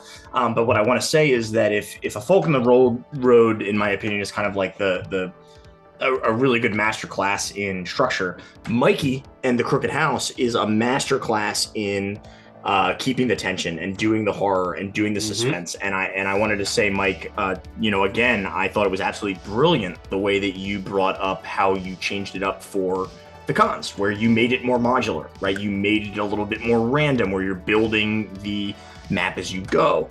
So that is not to say that, that Derek is the only one to contribute on this in this part of the conversation. Please feel free to also talk about what were your thought processes on creating the Crooked House, whether it be for a convention or for us or for whatever. I know you're going to talk about theme and you're going to talk about that through line. But yeah, how did you come up with the idea of making it more modular, or what were some very deliberate changes that you made after we initially ran it, right? Like the SWAT team that you said we were, right? Yeah. So, I mean, I'll take a pause from the modular side of it, because that was definitely for conventions, and say basically what is written on the Patreon. And I would love to get feedback if any patrons have taken it and run it for their friends. First, can I take some time to thank? Yeah, let's do it. Bunnies for 5 gifted memberships. Unbelievable. Good Thank God. you so Thank much. you. That is so generous. Enjoy. And if you got a member, thank Bunny. And thank you. Use the emotes. And Zombie Mallow, thank you for becoming a member. Oh, yeah. Thank you, Zombie Mallow. Really appreciate it. And vote in your member exclusive poll. We have a very special member exclusive poll that is very helpful for us as we think about plans in the future. It's not in the chat. It's in the community tab on YouTube. It's how it works. There's no polls, but in the chat, but there's polls in the community tab. Goodness, I'm learning secrets every day. Yeah, exactly right. So thank you so much, Bunny. So the idea of the Crooked House as far as a one-shot, and granted, like, if you want to run that fucking behemoth in an actual one-shot, it's got to be an all-day thing. It is absolutely massive. It's a bit longer, right? But what I wanted to do in designing it was to have it feel like the quintessential haunted house experience, where if you only ever do one haunted house in Dungeons and Dragons, in your entire time playing TTRPGs, I want you to be able to run the Crooked House, play through the Crooked House, and be like, holy fuck, I got my fucking haunted house. And that was my intention. And so hopefully that succeeds in that. And, you know, really what it was basically, and there's a lot of guidance for the Dungeon Master in there, in not just kind of how to run the session, but also just how does horror work? And how does tension work? And basically making the DM feel empowered of like, if you want to increase the tension, you can do this. If your party will be uncomfortable, do not fucking do this horrible shit. But if you want to go fucking disgusting, if you want to go fucking scary, if you want to go dark, if you want to go gruesome, here are ways that you can do that. And really kind of, and really continuing to hammering the theme of that horror and mystery and tension are extremely difficult to achieve. It is. So go ahead. I was going to say, so do you feel like that's where you started? You started with tension and horror story, and you went from there. That was your starting point. And so that was why, like, it has to be a low, you know, it has to be levels 3, you know, or 1 to 3, right? Like, it's got to be deadly. It's got to be deadly. You have to be alone. You have to feel, you can't just have a magical solvable thing for every single answer. For every single challenge. And it's really about, the thing about horror and the thing about tension is like a balloon. And the air is in the balloon. And as soon as that air's out, it's gone. It's extremely difficult to get that air back in the balloon. So if the tension is let out too early and you have grand high fantasy concepts and shocking big set pieces, it immediately destroys the vibe of horror. It immediately destroys the vibe of tension. It immediately lets all of the air out of the balloon, and it is very difficult to get that tension back. And once the tension is gone, the dread is gone. And once the dread is gone, the players don't care anymore. And so then it's going to stop being, oh my gosh, we need to solve this mystery. Oh, the crooked man. Oh, he's going to show, oh god, filthy, this is horrible weasel face thing. Oh my fucking god. Oh. As soon as that is gone, it's going to be like, oh, what if I took a fucking giant shit in the bathroom? Oh, that'd be fucking sick. I fart on the skeleton. Fucking Philip Locke, or what's his name? Fucking Eustace Lockwood got a liquor cabinet. I'm going to fucking drink all that shit. I don't care. There's fucking toenails in there. I don't give a fuck. That's fucking sick, dude. Immediately, you will see your party doing shit like that. And I'm not criticizing your party. That's just the truth. Oh, God. And so it's just very difficult. And so that was my hypothesis, was basically here are all of my theories about horror and tension and mystery and how you run it, baked into like, this is this room and this is what's included there. And so hopefully it all works out. So anyway, I don't know if I answered your question. No, I think you did a good job. I mean, you know, and maybe this is a question for more in depth for another episode. But you know, I do think that at some point, you know, getting more involved in the actual steps of creating a one shot might be something cool to dive into, right? Like we've talked about maybe creating a character on stream. We've talked about maybe like talk about the steps and codify them, right? I do want to take a quick 30-second intermission, just because my lovely dog over here, who is old and snoozy, is sleeping on the ground. So handsome Jack, he's there. I miss Jack. Many of you in the Avantris family probably don't know handsome Jack, but he's been here for about 9 years. So he's sleeping. And he's with me tonight. He's a very good boy. He's not usually in my office when we're doing Neon Nights. So you know, now that he's my buddy. Yeah, he's a good boy. Okay. Yeah, please, Rich. Yeah, and again, as the person that when we were running the one shots at the convention, you know, I was in charge of directing these chuckle fucks and making sure that they were trying to stay on time and building the schedule and trying to keep to the schedule. And I don't know a ton about A Folk in the Road, to be honest. I know it's on our Patreon, and I know of the broad themes, so I can't speak too much about the content itself. I know there's a necromancer involved. Spoilers. But that's the premise. That's not really spoilers. In general, we tried to keep the one-shots to 2.5 hours, up to 3 if needed. And Derek, I don't know if this is praise to Derek or the one shot itself, but Derek was a fucking machine. He was a machine. And 2.5 hours on the fucking dot, I could hear Derek, like, and that's where we'll end the session. Thanks, everybody. Let's clean up. And I'm like, thank you, Derek. Yeah, he was putting all of us to shame. I'm over there sweating, like, oh God, I'm never going to finish in time. And you were good, because I think you were basically 3 hours every time. 3 hours was... Mike was 3.5 every time. Yep. And I think the 2 one-shots Mace ran, they were both 5 hours or something. 5 or 6. 5 or 6 hours. So no, he only ran one. Oh, he only ran one. He only ran one, and it was like 6 hours. It was like 6 hours long. And the players loved it, but it was a 6-hour one shot. Mace is a mad lad. Yeah, I would happily do this in front of an audience and write a one shot. To your earlier point, I love that. Thank you, by the way, Rich. I was very proud of the clockwork efficiency of that particular one shot being what it is. No, Derek was a fucking machine, and it's because I now know how to do that. I am terrible at doing it with the rest of the Avantris crew, clearly, because we go a little over, or we stretch like back and forth because I want to have time to.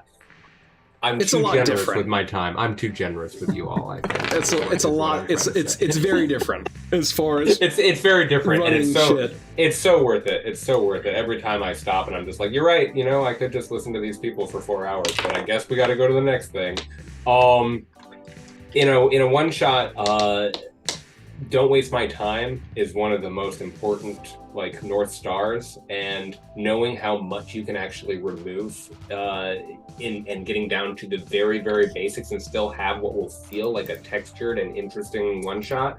I think that it would be possible to demonstrate that if literally someone shouted out a theme in chat and I could walk through the process. Like we don't have to do that tonight. I'm just saying that the next time we want to do one shots, I would happily do that, because I'll bet you we could write one in an evening, and that would be a fun learning experience and a fun experience to share. Yeah, I think that's great. I think we've got a lot of part 2s and part 3s in the works for a lot of the topics that we've already covered, which is like, oh, thank God, saves me some work. Yeah. But ultimately, what I'll say before we move on to the next segment is you've talked about structure, you've talked about reduction, subtraction. Mike has spoken a lot about theme and tension and building that dramatic suspense, and that being the haunted house being a starting point. Do you two have any parting advice or wisdom to give to our DMs here about creating a one shot? Well, what are some final thoughts that you can leave on the actual creation of a one shot that you might not have already mentioned?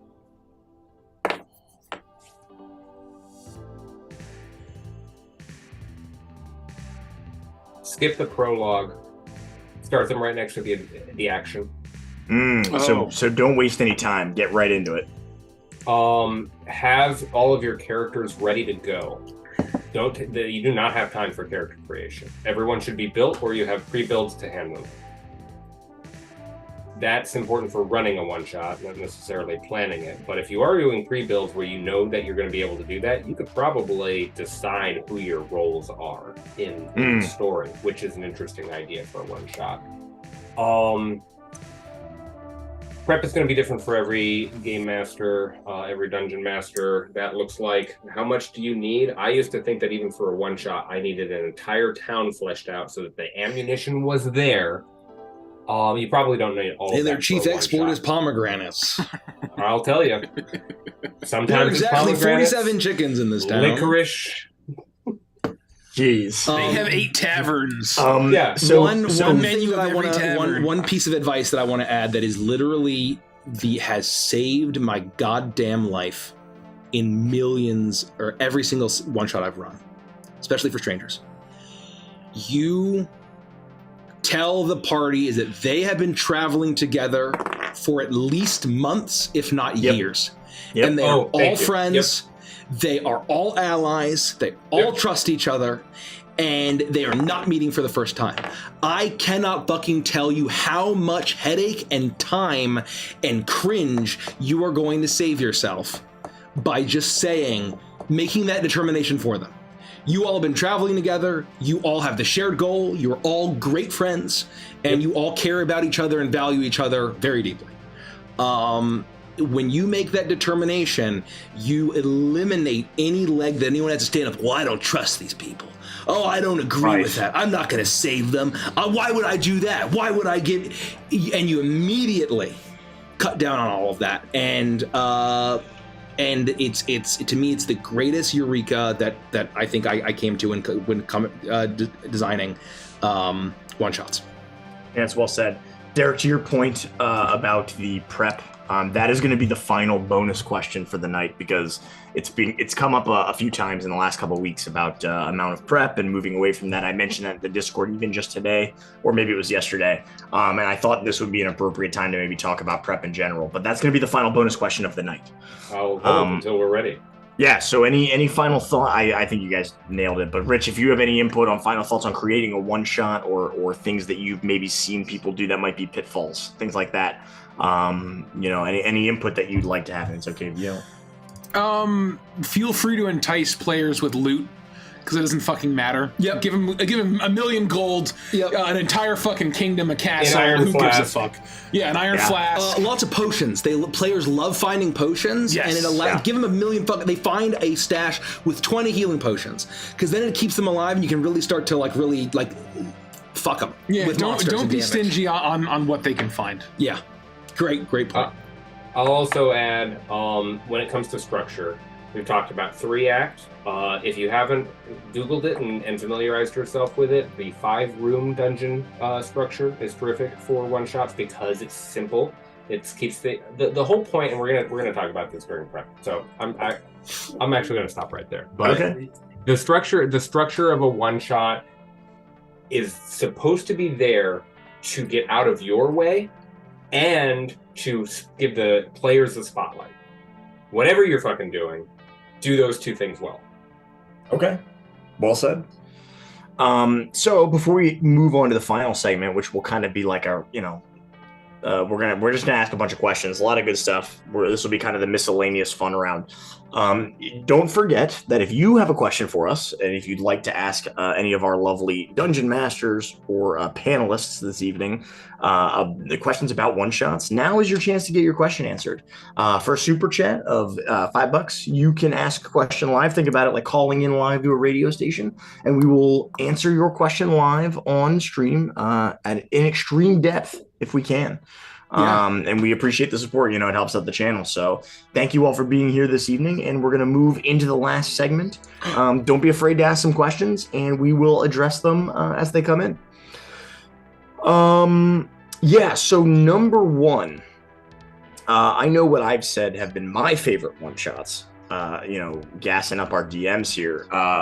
What do you all feel, DMs and or player, what do you think the most successful one-shots that you have done have been, and why do you think that's the case? And I would urge you each to not say the Crooked House and or a Folk in the Road. I would say pick a different one, since we've talked about those. For me as a DM, Heart's Desire or League of I know no one gives a shit about it because it's League of Legends. Oh, yeah, That's a great answer. And Heart's Desire to me is my favorite one shot ever that we've done. Because it was my love letter as a passion to my years playing League of Legends. And it was one of those things where it was like, I decided to write the most Bilgewater one shot that I possibly could. So much fun. And it was a ton of fun. And it wasn't just me, it was the whole party getting so into character and playing their fucking characters so well. It was an absolute fucking treat to DM for that. And so, yeah, that was really amazing. I really, really enjoyed it. I don't even, why did we decide to do that? Well, where did that idea come from? It was just the time was right. It was right after KatsuCon. It was right after KatsuCon, and Mel, who's Swim Bananas, she and her husband were at Katsu, and we just wanted to play some D&D with them. And so, Swim Bananas is at Riot, and I'd always wanted to do a League of Legends one shot. League of Legends has always been one of my favorite video games, one of my favorite fantasy worlds. Once they did the nuke and reset everything, and they retconned everything. And I just, I got an idea, and everyone wanted to play, so it was really just kind of a no-brainer, and then we decided to stream it, and so it all came from that. We got so many comments on that session about I thought this was going to be giga cringe. Oh, really? People trying to role play the characters. And I'm blown away with how well they pulled off the characters. Really? I haven't seen those.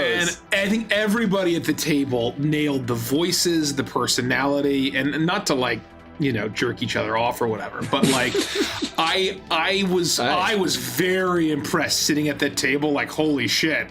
I feel like I'm Braum, going on an adventure with these characters. And when we would meet NPCs, I'm like, holy shit, I feel like I'm meeting these characters from League. And again, right, one shots like these are tricky because they only really work for the people that really know the game and the characters. And so it was very much like a guilty pleasure one shot that we did. But I think that's why it was so awesome, was because, we've been playing League since closed beta before it even came out, so that's how long we've been in that world, and so that was very much a pet project. Where everyone at the table had played a shit ton of League, and they loved the game, and so it was a joy. And if our mods can drop a link to Heart's Desire in the chat so everyone can take a look, that to me, because I feel like it doesn't get enough love, I know that it's a very specific interest, but to me it was the most proud of a one shot that I've ever done, by a fucking country mile.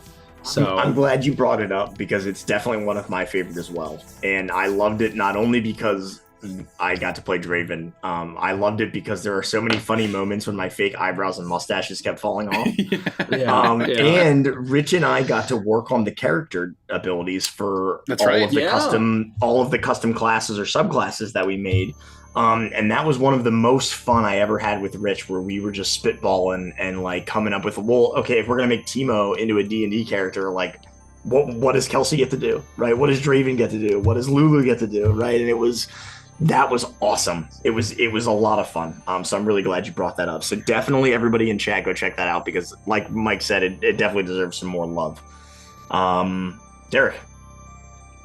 I've so loved being in the one-shots that Nikki runs. Midnight Carnival, the very Feywild holiday special, which is different from 'Twas the Night Before Witchlight. The Christmas stuff, it's all terrific. I also wish that she was here to talk through this stuff. So the next time we do a part 2, we got to get her on, because she's very effective at making sure that Nikki's in her one shots through the full story, and she's running with the punches. She sets up the moments for the optimal hilarity. Remember when Grandma showed up? Remember when the one time when Candy ran and she vored right here on the platter. Here it is. She vored somebody, and then we cast polymorph on them, and they fucking exploded her like a fucking god. I think every single one of those two, we found out for some reason during the day that we couldn't stream our main campaign. Yep. And so Nikki literally is prepping day of. Yeah. And just throws it all together, and just it's just the fucking best. Yeah. And she had the props and the printed things, and it was, if you haven't seen Into the Labyrinth, a very Feywild holiday special, or treat yourself. Candyland. Candyland's really fun. Into the Court of Candy is the name of that one. And then what's the most recent one? Was that when I played Vandris and I got to be the old Jolly Ranger? It was the Night Before Witchlight. It was the Night Before Witchlight. Go watch all those, and go watch Heart's Desire. We have some fun one shots on the channel. I'll also just quickly shout out, and anyone can do this as a one shot. The Kobold Storm one shot that I ran has a special place in my heart, because it scratched the heavy dungeoneering part of my brain, where we ran, and for those of you who don't know, we ran Kobold Storm, where I gave them 30 kobolds, and that was the number of lives that they had, but they were not level 1, they were not level 2, they were nothing, they were just regular ass monster stat blocks for these kobolds, with maybe a few extra magic items and a few extra conceits, and they had to run Tomb of Horrors. And as soon as one died, the next one would walk up and be like, "Hey, sorry, Jerry's dead. I'm Gary now, and it was a lot That was of fun. really funny. Brilliant. The chance to just basically play a bunch of different characters, I think, was my favorite part about that. Good answers all around. Rich, do you have any other? Well, yeah. What's your favorite? Yeah. What's Rich? What's your favorite one shot you've been in? Try to pick something that hasn't been mentioned, but if you have to pick something that's already been mentioned, that's okay too. Think about if you can, and just give us a little bit of why context. Well, so I named off a bunch. We haven't really talked too much about Into the Labyrinth, which was why the fuck did we do that? Does anyone remember why we did it? Was that one No, I don't know if I know that one. We just couldn't stream? It was last minute, and I think we could only get the four of us at the table. Was I Felix for that one? No, you weren't in that one. Okay, then I wasn't at that one. Felix was down the rabbit hole. Yes, that's the one. Into the Labyrinth? I don't know that one. Into the Labyrinth. I know why we did it. I don't know why we did it. I know why we did it. Willy Worm. It was, we were doing Root weekly, and then we basically canceled Root, and then we did that the next week instead, instead of the finale. And we knew that Witchlight was coming up, and that was going to be our next campaign, and so we decided, let's just play these characters and the old Call of the Feywild version. So I'm going to set the stage just a little bit, is that for those that don't know, Once Upon a Witchlight is actually our second campaign in the Feywild. The first one was actually one of our weekly campaigns when we played 2 weekly campaigns called Call of the Feywild, DM'd by Nikki. The players were me, Mike, Derek, and Maya. And me, Mike, and Derek played Cremy, Frost, and Gricko, but very, very different versions of those characters. Yeah. We were very new. We didn't know what the fuck we were doing. The art's a mess. It's all over the place. It's not thematic or consistent. If you're a patron, you can watch most of that campaign. We'll get 3 more episodes up this month, and we'll keep going that way. But it was a very interesting one-shot because we were using the art of the old characters, and we had so much of that baggage. We had started to do some of the thinking of the new characters, so it's this weird middle point between Witchlight Cremy and Old Cremy, and Witchlight Gricko and Old Gricko, and same with Frost. And we had so many great fucking moments from that. That's where Willy Worm came from. That's where the whole palm tree short came from. Mm-hmm. That's where what was it? Hooked on Phonics but Fae? Hooked on Phoenix. Hooked on Sylvan. Hooked on Sylvan, that's right. And Schmuzzy. Oh my god, with so fucking Schmuzzy. funny. So anyway, I think that's such a good example of we were really testing the waters of this is our last chance to play these old characters, try some new stuff, and really see what we totally want to kill dead from the Call of the Feywild versions of those characters. So it really checked a lot of boxes for me. It was a lot of fun.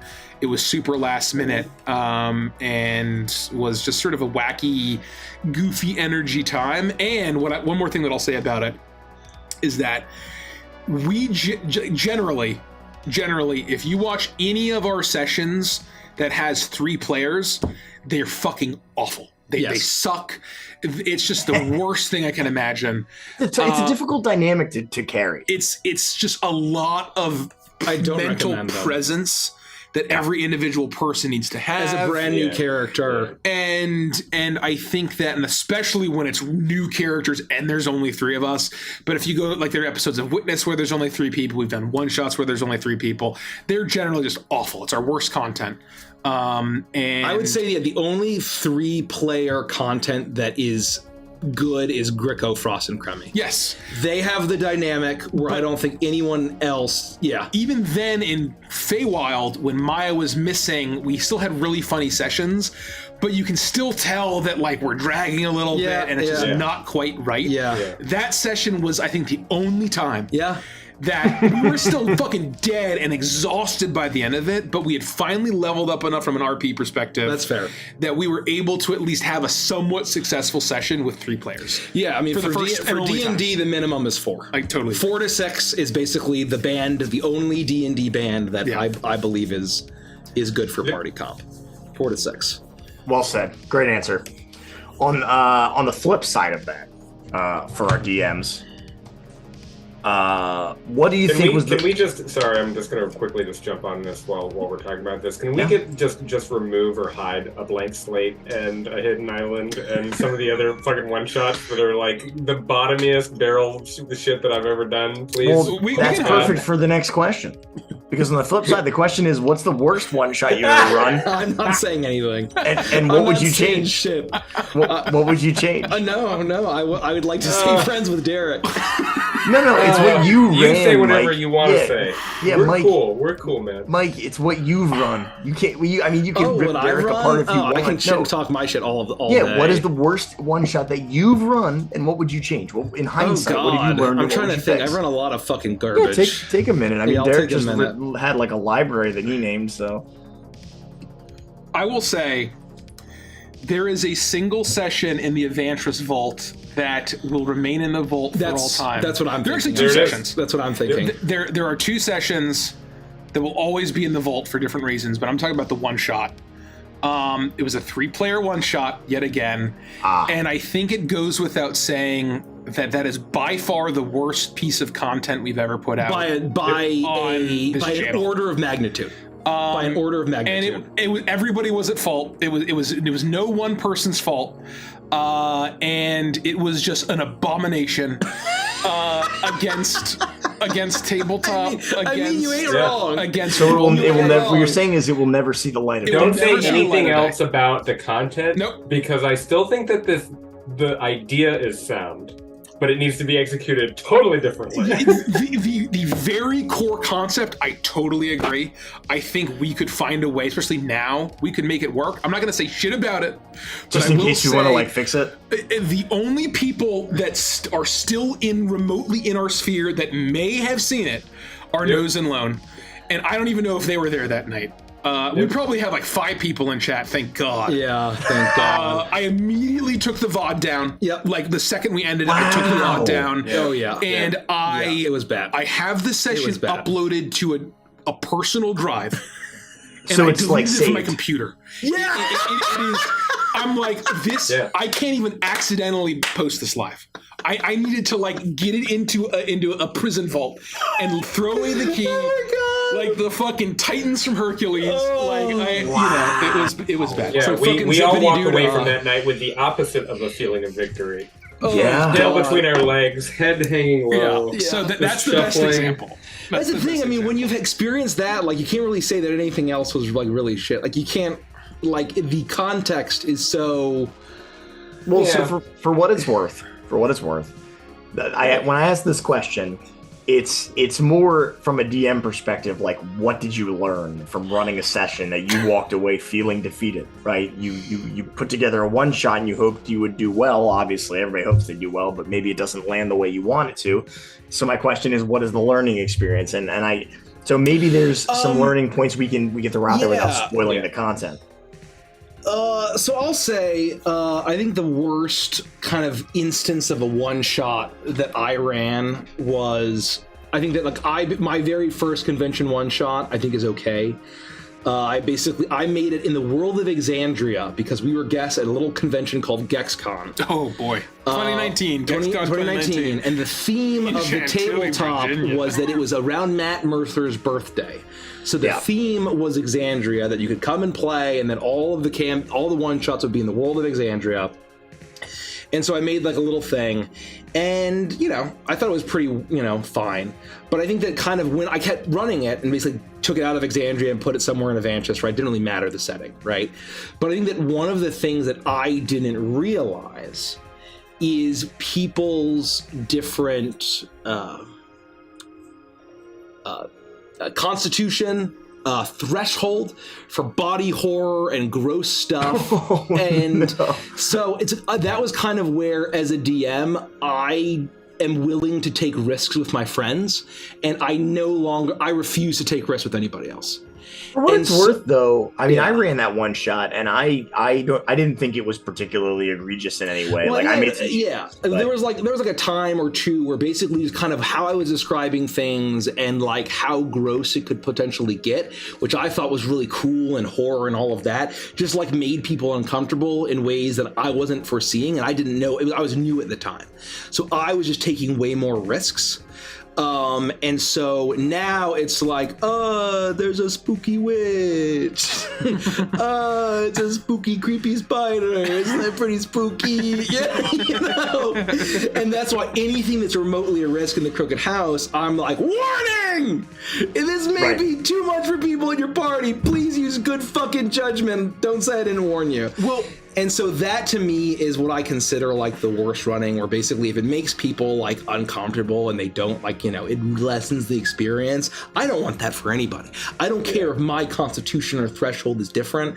And, you know, and so that's how I view it, is like, that's what I view the worst one shot that I've ever run. And I think on that point, I just want to sort of piggyback on that for a second, is that a lot of our content, right, really is up to the line. Whether it's the jokes that we're doing or the content or the horror or the themes that we're really hitting on can be, you know, upsetting to certain people or a lot of people, right? And I think when it's content, you can just turn us off. You can unsubscribe, you can unfollow, and you never have to watch us ever again. Yep. And so I think that's why we feel comfortable. We're like, this is our style of D&D. We're not, you know, we're sort of unashamedly putting it out there, and you can enjoy it or you don't have to, right? When you are in a one shot, you're almost like you're there. You're playing the one shot, and you can't really dip. At a convention, some people do, right? But I think you have to be more mindful of, you know, making sure that the content is a little more, is that every single player can tolerate and have a good time. Yeah, it's more accessible content. Exactly right. More accessible. Yeah. Exactly. And I think I will say that some people have different attitudes when it comes to dipping. During the middle of one of my convention one shots, someone was playing, and I turned to them and said, "It's your turn. What do you do on your turn?" And they were like, "My mom got pizza," and they just packed up their things and left. What a fucking Chad! And I was like, fucking giga that Chad. Sigma male grind set attitude. That is brilliant. Sorry, I can't take my turn. I gotta go eat. They just evaporated. Wait, you're really just going to abandon all of your party to eat pizza? Yes. Yes. It's like an hour and 15 minutes into that fucking... Anyways. What a legend. What a I've had a couple legend. people... I've had a couple people dip on campaigns that I've run at conventions, but I tell people as part of my like pre-game safety speech, like, hey, you know, this is going to take 3 to 4 hours. If you can't stay the whole time, just get up and go. Nobody's going to be offended. I do the same thing. Roll. But then mom buys pizza, Andy. And it's all over. That's right. It's all over. To articulate, regardless, there's a different social pressure when you're playing it versus when we're playing it. Like at the table, I know my fucking party. There's a reason why Avantris works. It's because we're not a cast. We're not a bunch of people. We're not a bunch of influencers who got together for our Twitter followings and are just like playing through a thing, you know, a season of a show. We're a bunch of friends playing D. They're all my best friends, and I love them. Promo image where it's a bunch of like all 7 of our headshots, all like. Oh yeah. Right. With our handles, our social handles. With our social handles. Yeah, we got to make sure. We got to make like a fake one, like a makeup. We got to make like a fake one. Can we get a screenshot in this? And again, no wrong fun. But if we ever put that out, I'm now a pod person, and I've been body swapped. So just end me. Yeah. But all of that to say is that it's because of that I know my friends egregiously well. Supremely well, where I know what is comfortable and I know what's gonna hit, and that's why Nikki can go so fucking hard in Edge of Midnight, because when we're all squirming and like, oh my fucking god, we are loving it. Yeah, we get around in front of the TV and watch the most fucked up horror movies, and that is a good time for us. Yep. And poor Andy has to watch through his hands sometimes, but I know, but like we are all having an amazing time, and so. You know, that's the things I know what's going to be okay to do. But when it comes to, I had to learn as a DM that I cannot think that way when I'm creating one shots for other people, for strangers, especially in person. And so that was kind of, so all that to say, where that was a learning for me, we're kind of understanding that my tolerance is not the same as everyone else. And so that was my feeling as a DM, where I would say that's the worst one shot that I've run. Very long way to say that. Thank God I didn't have that level of self-awareness when I ran a one shot for you so many Halloweens ago. If I didn't pull my punches at all. Yeah, and I've run that at conventions, and you have to do 5% about as evil as we went that night. we have a question. So what I'll say is if this is your last chance now, chatters, if you would like to ask us a question before we close out for the evening, it's a $5 super chat. You can ask a question along with your super chat. Actually, I wanted to double check something because I saw a super chat came in from Brandy M, and I wanted to say thank you, but I didn't see a question associated with it. Thank you, Brandy. So I just wanted to make sure I didn't miss anything. But this is your chance now to send in your questions. I'm going to ask the viewer questions, and then I'm going to close up with one final question that I have prepared. Can I shout out two things real quick before we jump into the question? Please. So one, I don't know if we mentioned this because it probably wasn't on the short announcements, but we have a big Patreon goal where if we hit 1,000 patrons by September 1st, and I've had it paused because I meant to do this like 30 minutes ago, but anyway, it's been on screen this whole time. Derek's going to shave his beard and cosplay Bitsy. In what context, we'll figure it out, but we're trying to hit 1,000 patrons by September 1st. September 1st. It seems like a pretty doable goal based on, the last couple months, but now's the time to join our Patreon. It helps us out a lot. Maybe we'll do a one-shot. Yeah, exactly maybe. right. And then the or second maybe thing... 2 shots, or 3. Is that we are 2 members away from unlocking our next emote slot.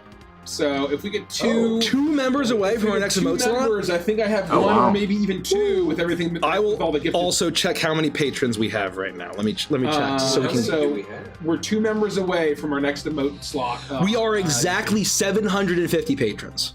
So it's a lot, but 250 patrons, and Derek will shave his beard, cosplay Bitsy. 250 patrons so tell your friends.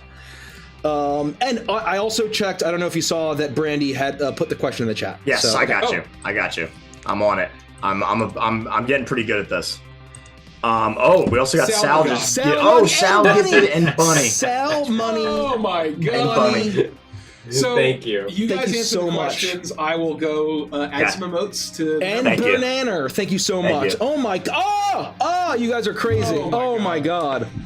So, just to get Bradley, it's not Bradley. I don't know why I have really bad eyes. I apologize. And I also want to say, it's Brandy M. I'm so sorry. I messed up your name.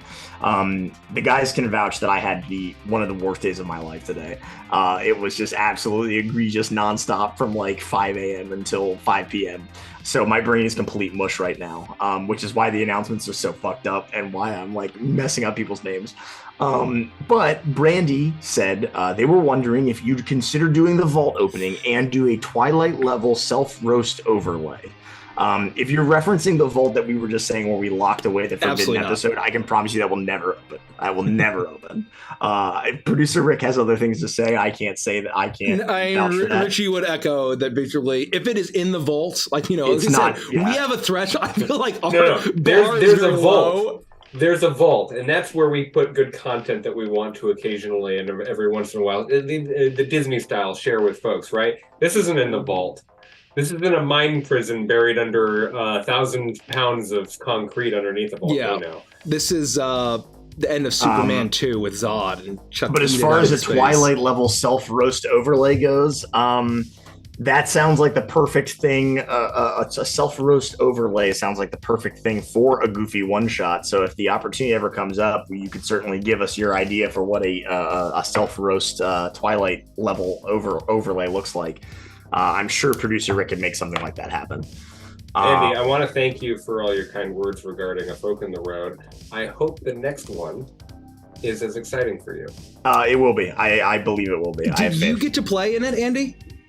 I haven't played in Folk. No, okay. I got the pleasure. I got the privilege of, which is why I knew it was good, and I didn't need to, because that's the one I played, right? I'm not talking about A Folk. I'm talking about thank you for the kind words for A Folk in the Road.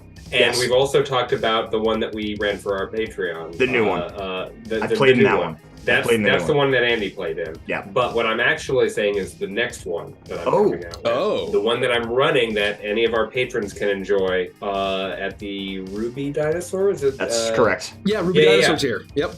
I've got that in the hopper, and it is going to be pretty god tier. I'm really excited to share it. I'm really excited to play with the Ruby Dinosaurs. I really enjoy our Patreon one-shots, and I'm really excited to get back to it.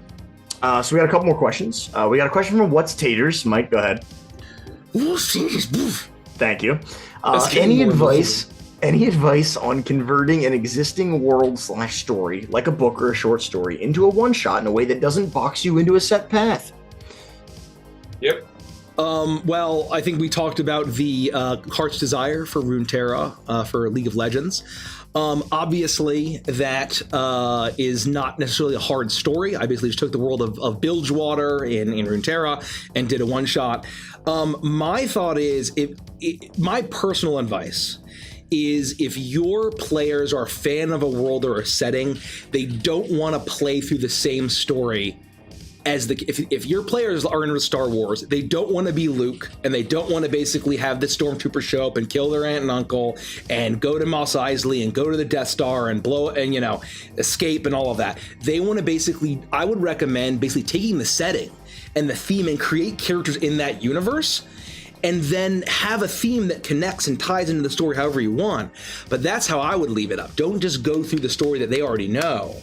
Go through a different story in the setting that they know and love that might have connections to the overall story. We're going to say theme a lot, and we're going to say it every single time we do any of this, but I think it's meaningfully important to continue to hit on why theme is important. If you are in love with a story, to Mikey's point, just to create the stage and be like, now you get to walk through the story, isn't necessarily going to be successful. It could be, but theme is what is at the heart of why you like that story in the first place, and you can give yourself and your players more agency if you just hold on to that and let everything else fall away. What do I mean? Let's say hypothetically that I was super inspired by Indiana Jones and I wanted to create an adventure that was going to be in that same kind of vein, right? I could create a dungeon that has a rolling boulder.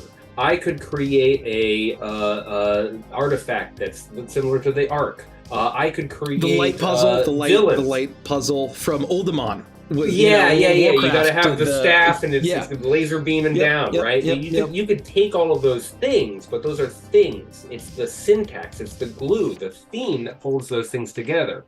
Instead, I would think about a pulpy adventure that's about discovery. That's about good versus evil. That's about transformation. In a lot of ways, masculinity is a strong and important theme about Indiana Jones because they do that really strong in 1, 2, and 3. Those kinds of ideas in Indiana Jones are what drive the choices of the characters, not just what choices they make, but who is in this story and why they are important, the choices of where they go and what it's like when they get there, what obstacles they confront. If you could just put those themes in your mind, you can pick anything and look at it and put it on the altar of that theme and go, is this connected to discovery somehow or good versus evil? If it doesn't survive on the altar, it's not part of the one-shot. But you might find something new that feels like Indiana Jones because you've got those North Stars, those themes that'll allow you to drive in the decision-making and go in the right direction. I thought for sure you were going to expose our super secret Indiana Jones ERP Discord server. It's coming. The first rule about the ERP Indiana Jones servers, you don't talk about the ERP Indiana Jones server. And I think that if you're running an Indiana Jones themed story, I think that you have to have a very kind of modern, acceptable plot of have a love interest where both you and your father have fucked the same woman, and that's you gotta go Last Crusade in that. How did you know she was a Nazi? Well, she talks in her sleep. You know what's funny? Like, Sean Connery happened in a blockbuster today. Oh, I fucked the same woman as my dad. Well, Sean Connery improv that line. Junior, she's a good true facts. Did he really? Oh my god! Yeah. That wasn't in the script. What a disaster. Anyway, that was what spawned the ERP server. That particular line in general. I like to play Mud. He's my favorite. He's my favorite when he swings with the monkeys. monkeys. And if you're doing Indiana Jones as a one-shot, don't forget extremely violent deaths for the sub-boss. Not the big boss necessarily. They can have a violent death too. Played off for laughs. But played off for laughs. Like, isn't it funny when the guy gets crushed by the giant roller in Temple of Doom? You see that? Absolutely. Hilarious. Blended by propellers on an airplane. Yeah. Last thing I'll say about Indiana Jones before we move on to the last question is that relic belongs in a museum. The relic is your genitalia, and the museum is my... Never mind. Okay, so... Chloe, the one and only. Chloe, the milligram. What's y'all's approach to shortening one-shot combat? I'm so used to my campaigns where most combat encounters on average are 45 minutes to an hour. Thank you for this question. This is what I do, especially in the first combat, if I'm doing more than one, is that there's no such thing as HP. Everything's made up and the points don't matter. Is that basically you do about one plus rounds of combat, and you make sure that each player character has the chance to do something cool and get a kill, and then once that is, they all die. You can make them all die in one hit if you need to. Or what I do is the ship hits in my first one. The ship hits a rock, and all of the bad guys are flown off, and they're impaled, and they're eaten by sharks and shit. And so it's that the combat is really just for the players to feel powerful and cool. Don't play it straight. That's my advice. Well said. Derek? It's the same advice that I got. I mean, we're going to end up being aligned about some things. And so, have one hit point skeletons, have an off-ramp. That's really important. If you want to run it straight and you're like, I'm going to run 2-3 rounds of this, and I know that is going to be a significant 1.5, 2 hours of my 4-hour session if I'm lucky, have a way to absolutely pull a cord and just be done with combat. All of a sudden, this narrative event happens and it crushes everyone, or they get they get away, or what have you. There are ways that you can think about theater of the mind, and endeavor to try and shorten it and be like, what one thing are you doing to defeat this obstacle, and then try to focus on some sort of thematic response that you can reward with perhaps inspiration or with a magic item or rule of cool, however you want to play it. But if you're just going to run 5th edition Dungeons and Dragons combat, then make sure you only have 1, maybe 2 in a one-shot. It is very difficult to fit more than that. It's really easy to commit yourself to way more combat than you ever are going to be able to do in a single session. Well said. We are very rapidly running out of time, but I do want to address the bonus question because this is something that's come up a few times now over the last couple of weeks, and I think it's very pertinent to kind of what we're talking about, and it's something that Derek is rapidly learning, and we love to learn on this channel. We love to get better because the people around us make us better and teach us things, and we improve ourselves by being around people who lift us up. And so the bonus question is, this has come up recently, please talk a little bit about reducing your overall prep for individual sessions in a long form campaign. And what are the benefits, right? Does this also help you with running one-shots and improv and thinking on your feet and things like that, right? I know Mikey and Nikki had a long conversation about this many years ago, and now Derek is kind of, easing his way into this territory as well. So again, we don't have a ton of time, but please feel free to close out the evening with this bonus question and lay it on us. My thought is that if you over prep, you are going to be feeling a lot more anxious about it because there's a lot more pressure on you that you feel it needs to go perfectly and you need to have all of the answers. And it is a crutch. It is a crutch to prevent yourself from having to improvise. And I believe that the strength of a dungeon master is inherently tied to the improv muscle.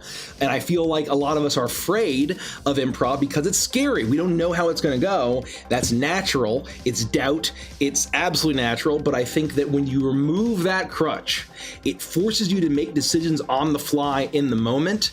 And that is working a muscle that you need to get better as a DM.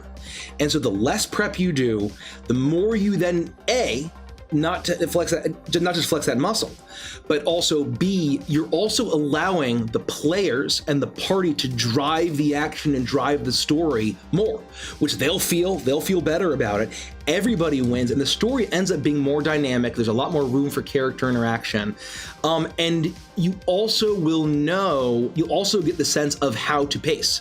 You'll know when to hit the gas down, you'll know when to let up, you'll know when to drive them more, you'll know when to give them more breathing room if you are operating from more of an improvisational, lighter prep standpoint than a rigid, like, here's exactly how it's going to go and here's a million things for prep. That is my that's my motto. And, like, you know, if you look at Beneath Dark Wings, right, I feel like I didn't really hit my stride until I learned that I could not prep it the same way that I prep Prime, which is very deliberate. And Prime was the old way, where no one really kind of knowing who their character was, and they weren't really role playing a ton. There's a lot of out of character. And so I said, Mikey, what's the next point of the story? What's the next thing that happens, Mikey? Tell us, fuck! And so I had to basically have, well, I gotta tell them the next part of the story. And so I came into Beneath Dark Wings with that mentality. Didn't work. And so there's a lot of friction. And it was until where I'm like, you know what? I know where the story's going. I'm doing all the thought work and the rumination and the research and the inspiration for the vibe and the story, and I have it all out. But then I don't, secret for Beneath Dark Wings, I do all of the actual prep the day of the session. I wake up at about 8 a.m. and I prep until 2. And that is the prep that I do for the campaign. I do no more. And to me, I feel like that has led, we've had to delay a couple sessions because I get an idea that's really good and just requires a bit of writing work and printing and that sort of thing. But to me, that has led to much better sessions. So anyway, that's my spiel about over prepping. So Derek, why don't you tell us about what it's been like to avoid over prep and kind of pull back on your prep this last Icebound?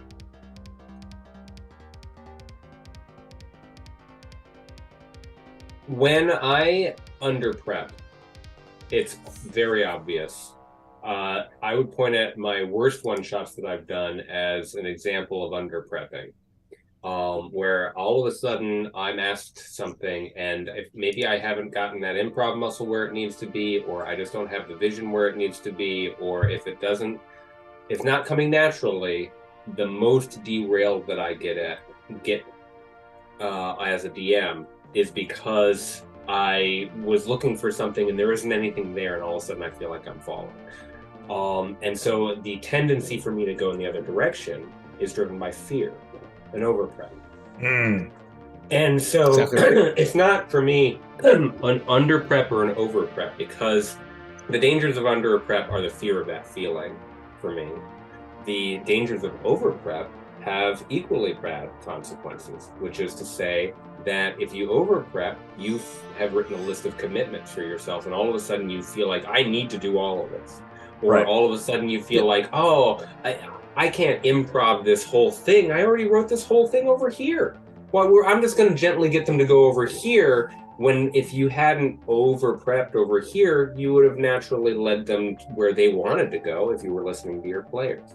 It's about the right amount of prep, and finding the right balance for oneself is a conversation that every DM has to have with themselves. Yeah. No, I can't answer it for you. Mikey can't answer it for you. We can tell you what works for us. Mm-hmm. And if you have similar mindsets and you put in the different approaches, do it and try it. It's the only way that you can find out what under and over feels like is to kind of fuck that up. The difference between a beginner and an expert is that the expert's made all the mistakes the beginner hasn't made yet, right? That's right. And I think really hard about winding back in Icebound have freed me in terms of the cognitive load of having all of this additional prep.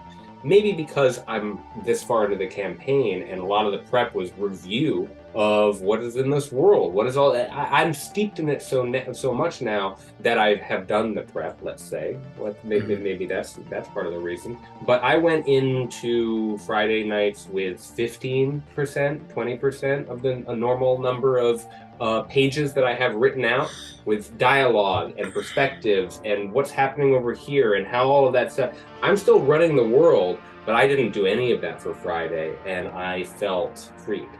And so when you find the right prep, the freedom to enjoy the game, where you are simultaneously the puppet master, but also present and enjoying the story, That's when you'll know that you've found the correct balance. All I can tell you is what it feels like, not what the right choices are for you. And I think that I'm going to go and point out Uprooted, the Dimwits of Dimwood, where if you want an example of a campaign that is literally zero prep, it's that campaign to our patrons that have been enjoying it. And granted, it is by definition a comedy campaign. But if you actually look at it, there is a political story that is happening, the characters are driving and they're part of, and their actions, their consequences, that I think is pretty good. I'm very fond of the Uprooted campaign. The way it shook out is amazing. When I prep that campaign, I know the clearings, I know their themes, I know their inspirations. And that's it. I do zero prep. I know the world, so I did all the world building, so do that ahead of time so you know it. And then the prep that I would do is while we were doing our countdown for going live, I would jot down maybe a few NPCs that might be in the clearing that they might go to, and like general themes, nothing else. And I think that it also allows the players, and so I think that if you look up at Uprooted, it is a master class at improv. It is a masterclass at improv, and yes, and. Because it's the players are driving this whole thing. It's where because Kelsey said that Hazel stole her diploma from, I had the idea of like a duck named Nestor, but because she stole the diploma from Gordon Ramsay's school, suddenly he's a failed chef with the duck sauce and they have to get his groove back and poison him. And then there's suddenly, I mean, every single decision that the players make and everything they even say, like jokingly, like someone said the creeping crustacean, and suddenly it became a big giant crawfish monster that attacked the boat. Yep. And it was spoken into existence. Exactly. And that, to me, is some of the most fucking fun that I've had in D&D. Yeah. Because it's the level of... it's because of like someone was talking about like a nut cart, and suddenly there's a nut with the prize inside, and then someone joked about Bitsy having an allergy, and it's like, yeah, she has an allergy, and then suddenly there's a horrible tension about saving Bitsy's life that leads to a whole thing with the mad scientist turkey man who's Ben Franklin. It is truly insanity. And to me that is some of, it's not, I wouldn't run every campaign like that, but that if you want to have a madcap fun with your friends and use D&D or any other TTRPG for that medium, the zero prep, in my opinion, allows for the most pure fun in that regard. So anyway, that's all I'll say about that. Well said. I appreciate you guys. Rich, do you have any final thoughts on one-shots in general? Anything poignant that producer Rick might be able to wrap the evening up with? I think at the end of the day, Mike sort of echoed on this a little bit earlier today, but when it comes to one-shots, it really is true that everything is made up and the points don't matter. So treat it that way, have fun with it because of that. That comes with loot, that comes with the story beats that you hit on, that comes with the canon that you're dealing with, and the sanctity of that comes with the voices you try, the combos that you come up with. Just really go nuts and really use one-shots to have as much fun as possible, and just don't feel like you have to limit yourself just because it's D&D. It really is a one-shot. Just go nuts. Yep. Well said. So we've got a couple final closing thoughts and announcements. First off, I want to thank everybody for being here this evening. I had a blast. I hope you all in chat enjoyed watching another episode of Neon Knights. Thank you to the guys for putting such thoughtful answers to all of my asinine questions. And then, of course, all of the very great questions that we get from chat. We are going to be back here on Wednesday on Twitch, not on YouTube. We're streaming on Twitch, Once Upon a Witchlight, the next episode over there. Make sure you check out our merch shop and our Patreon. It's the best way to access a lot of the stuff that we were talking tonight that is just exclusive to the Patreon. If we get 1,000 patrons by September 1st, our good friend Derek here is going to shave his beard and cosplay Bitsy, which will be very interesting. I think it's super doable. We're definitely in striking distance. Can I tease something that's going to be going on Patreon soonish? Yes, you can. Before I make go ahead. We talked about this a little bit, but we are going to be putting our the Ennie's submission reel for Curse of Strahdanya onto our Patreon. It features, and so if you saw that the Ennies nominations came out, we did not get nominated. But I still wanted, because we did a full radio play with our Curse of Strahdanya characters, and it was really fun, and I loved doing it. I think it is very valuable to you all who love Curse of Strahdanya, and they're major spoilers, but we will be putting that up there because I think it's really funny content and it's really good content. It was great. Neat little thing. We had a lot of fun doing it. It's so fun. That'll be going on there. So there's a lot we're trying to really make the Patreon worth it, and we hope that it is. Sorry, I just wanted to add that. No, that's good. So that'll be another great thing, another Patreon exclusive that you can check out. Make sure you go reserve your Hootsie. If you want to bring Hootsie home, your Hootsie plush, make sure you do 678. Make sure you do exclamation point Hootsie. Get in there. Go check out the makeshift petition, and you can reserve your own Hootsie today. Outside of that, we're going to be at Gen Con. I think that's really it for all the announcements. Make sure you join us on Twitch on Wednesday. So at Gen Con, you can buy tickets to all of our events. If you just search Avantris, you should be able to see our full calendar of events if you're going to be at Gen Con. We're also doing a meetup on Friday night at Nevermore, the bar. That's totally free. Anyone can join. That's not a ticketed thing. That's just our own thing that we're doing. And I want to, you got to give it up for Andy. Let's get some new clap emotes. For not just hosting, but also figuring that shit out on a terrible day and still showing up and doing it. Having an awesome show. Awesome questions. Yeah. Just got to show up. I have the easy job. The utmost professional.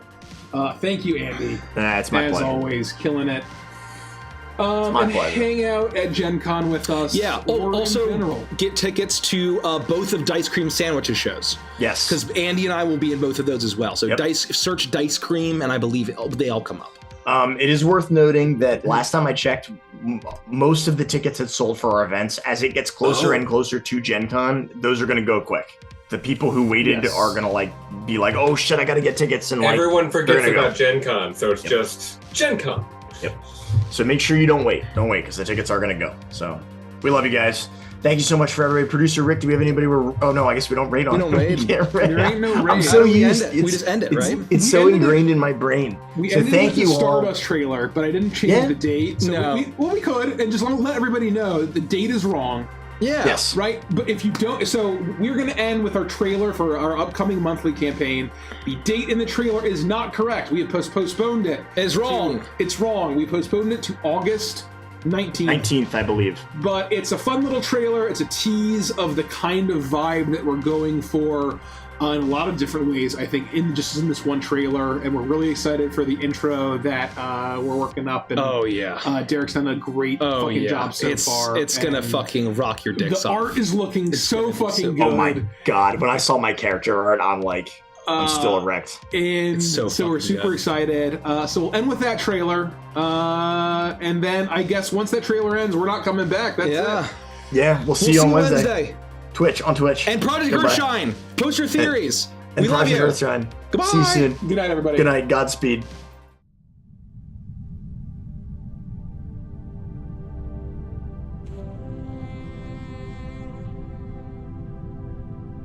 Space. Out here in the endless expanse, it's easy to feel lost and alone. Drowning in silence and surrounded by the all-consuming void. But for the precious few who truly open their eyes and ears to the cosmos, destiny reveals itself. You learn in an instant that it lies amongst the stars, tugging at the soul, gently, but with the weight of infinity. You can see it ahead of you and behind, like a thin silver strand stretching into the past and the future. You can hear it all around you, like an anthem for what you are, for what you were, and for all you will ever be. And then, when you open your mind to it, you learn that what surrounds you is not nothing. It's everything. That the stuff you're made of is the universe itself. Then finally, you realize that you're where you're meant to be. And that your hopes, your dreams, your fears, your sorrows, your joys, your life, they're all a single note in the song of existence. The Stardust Rhapsody.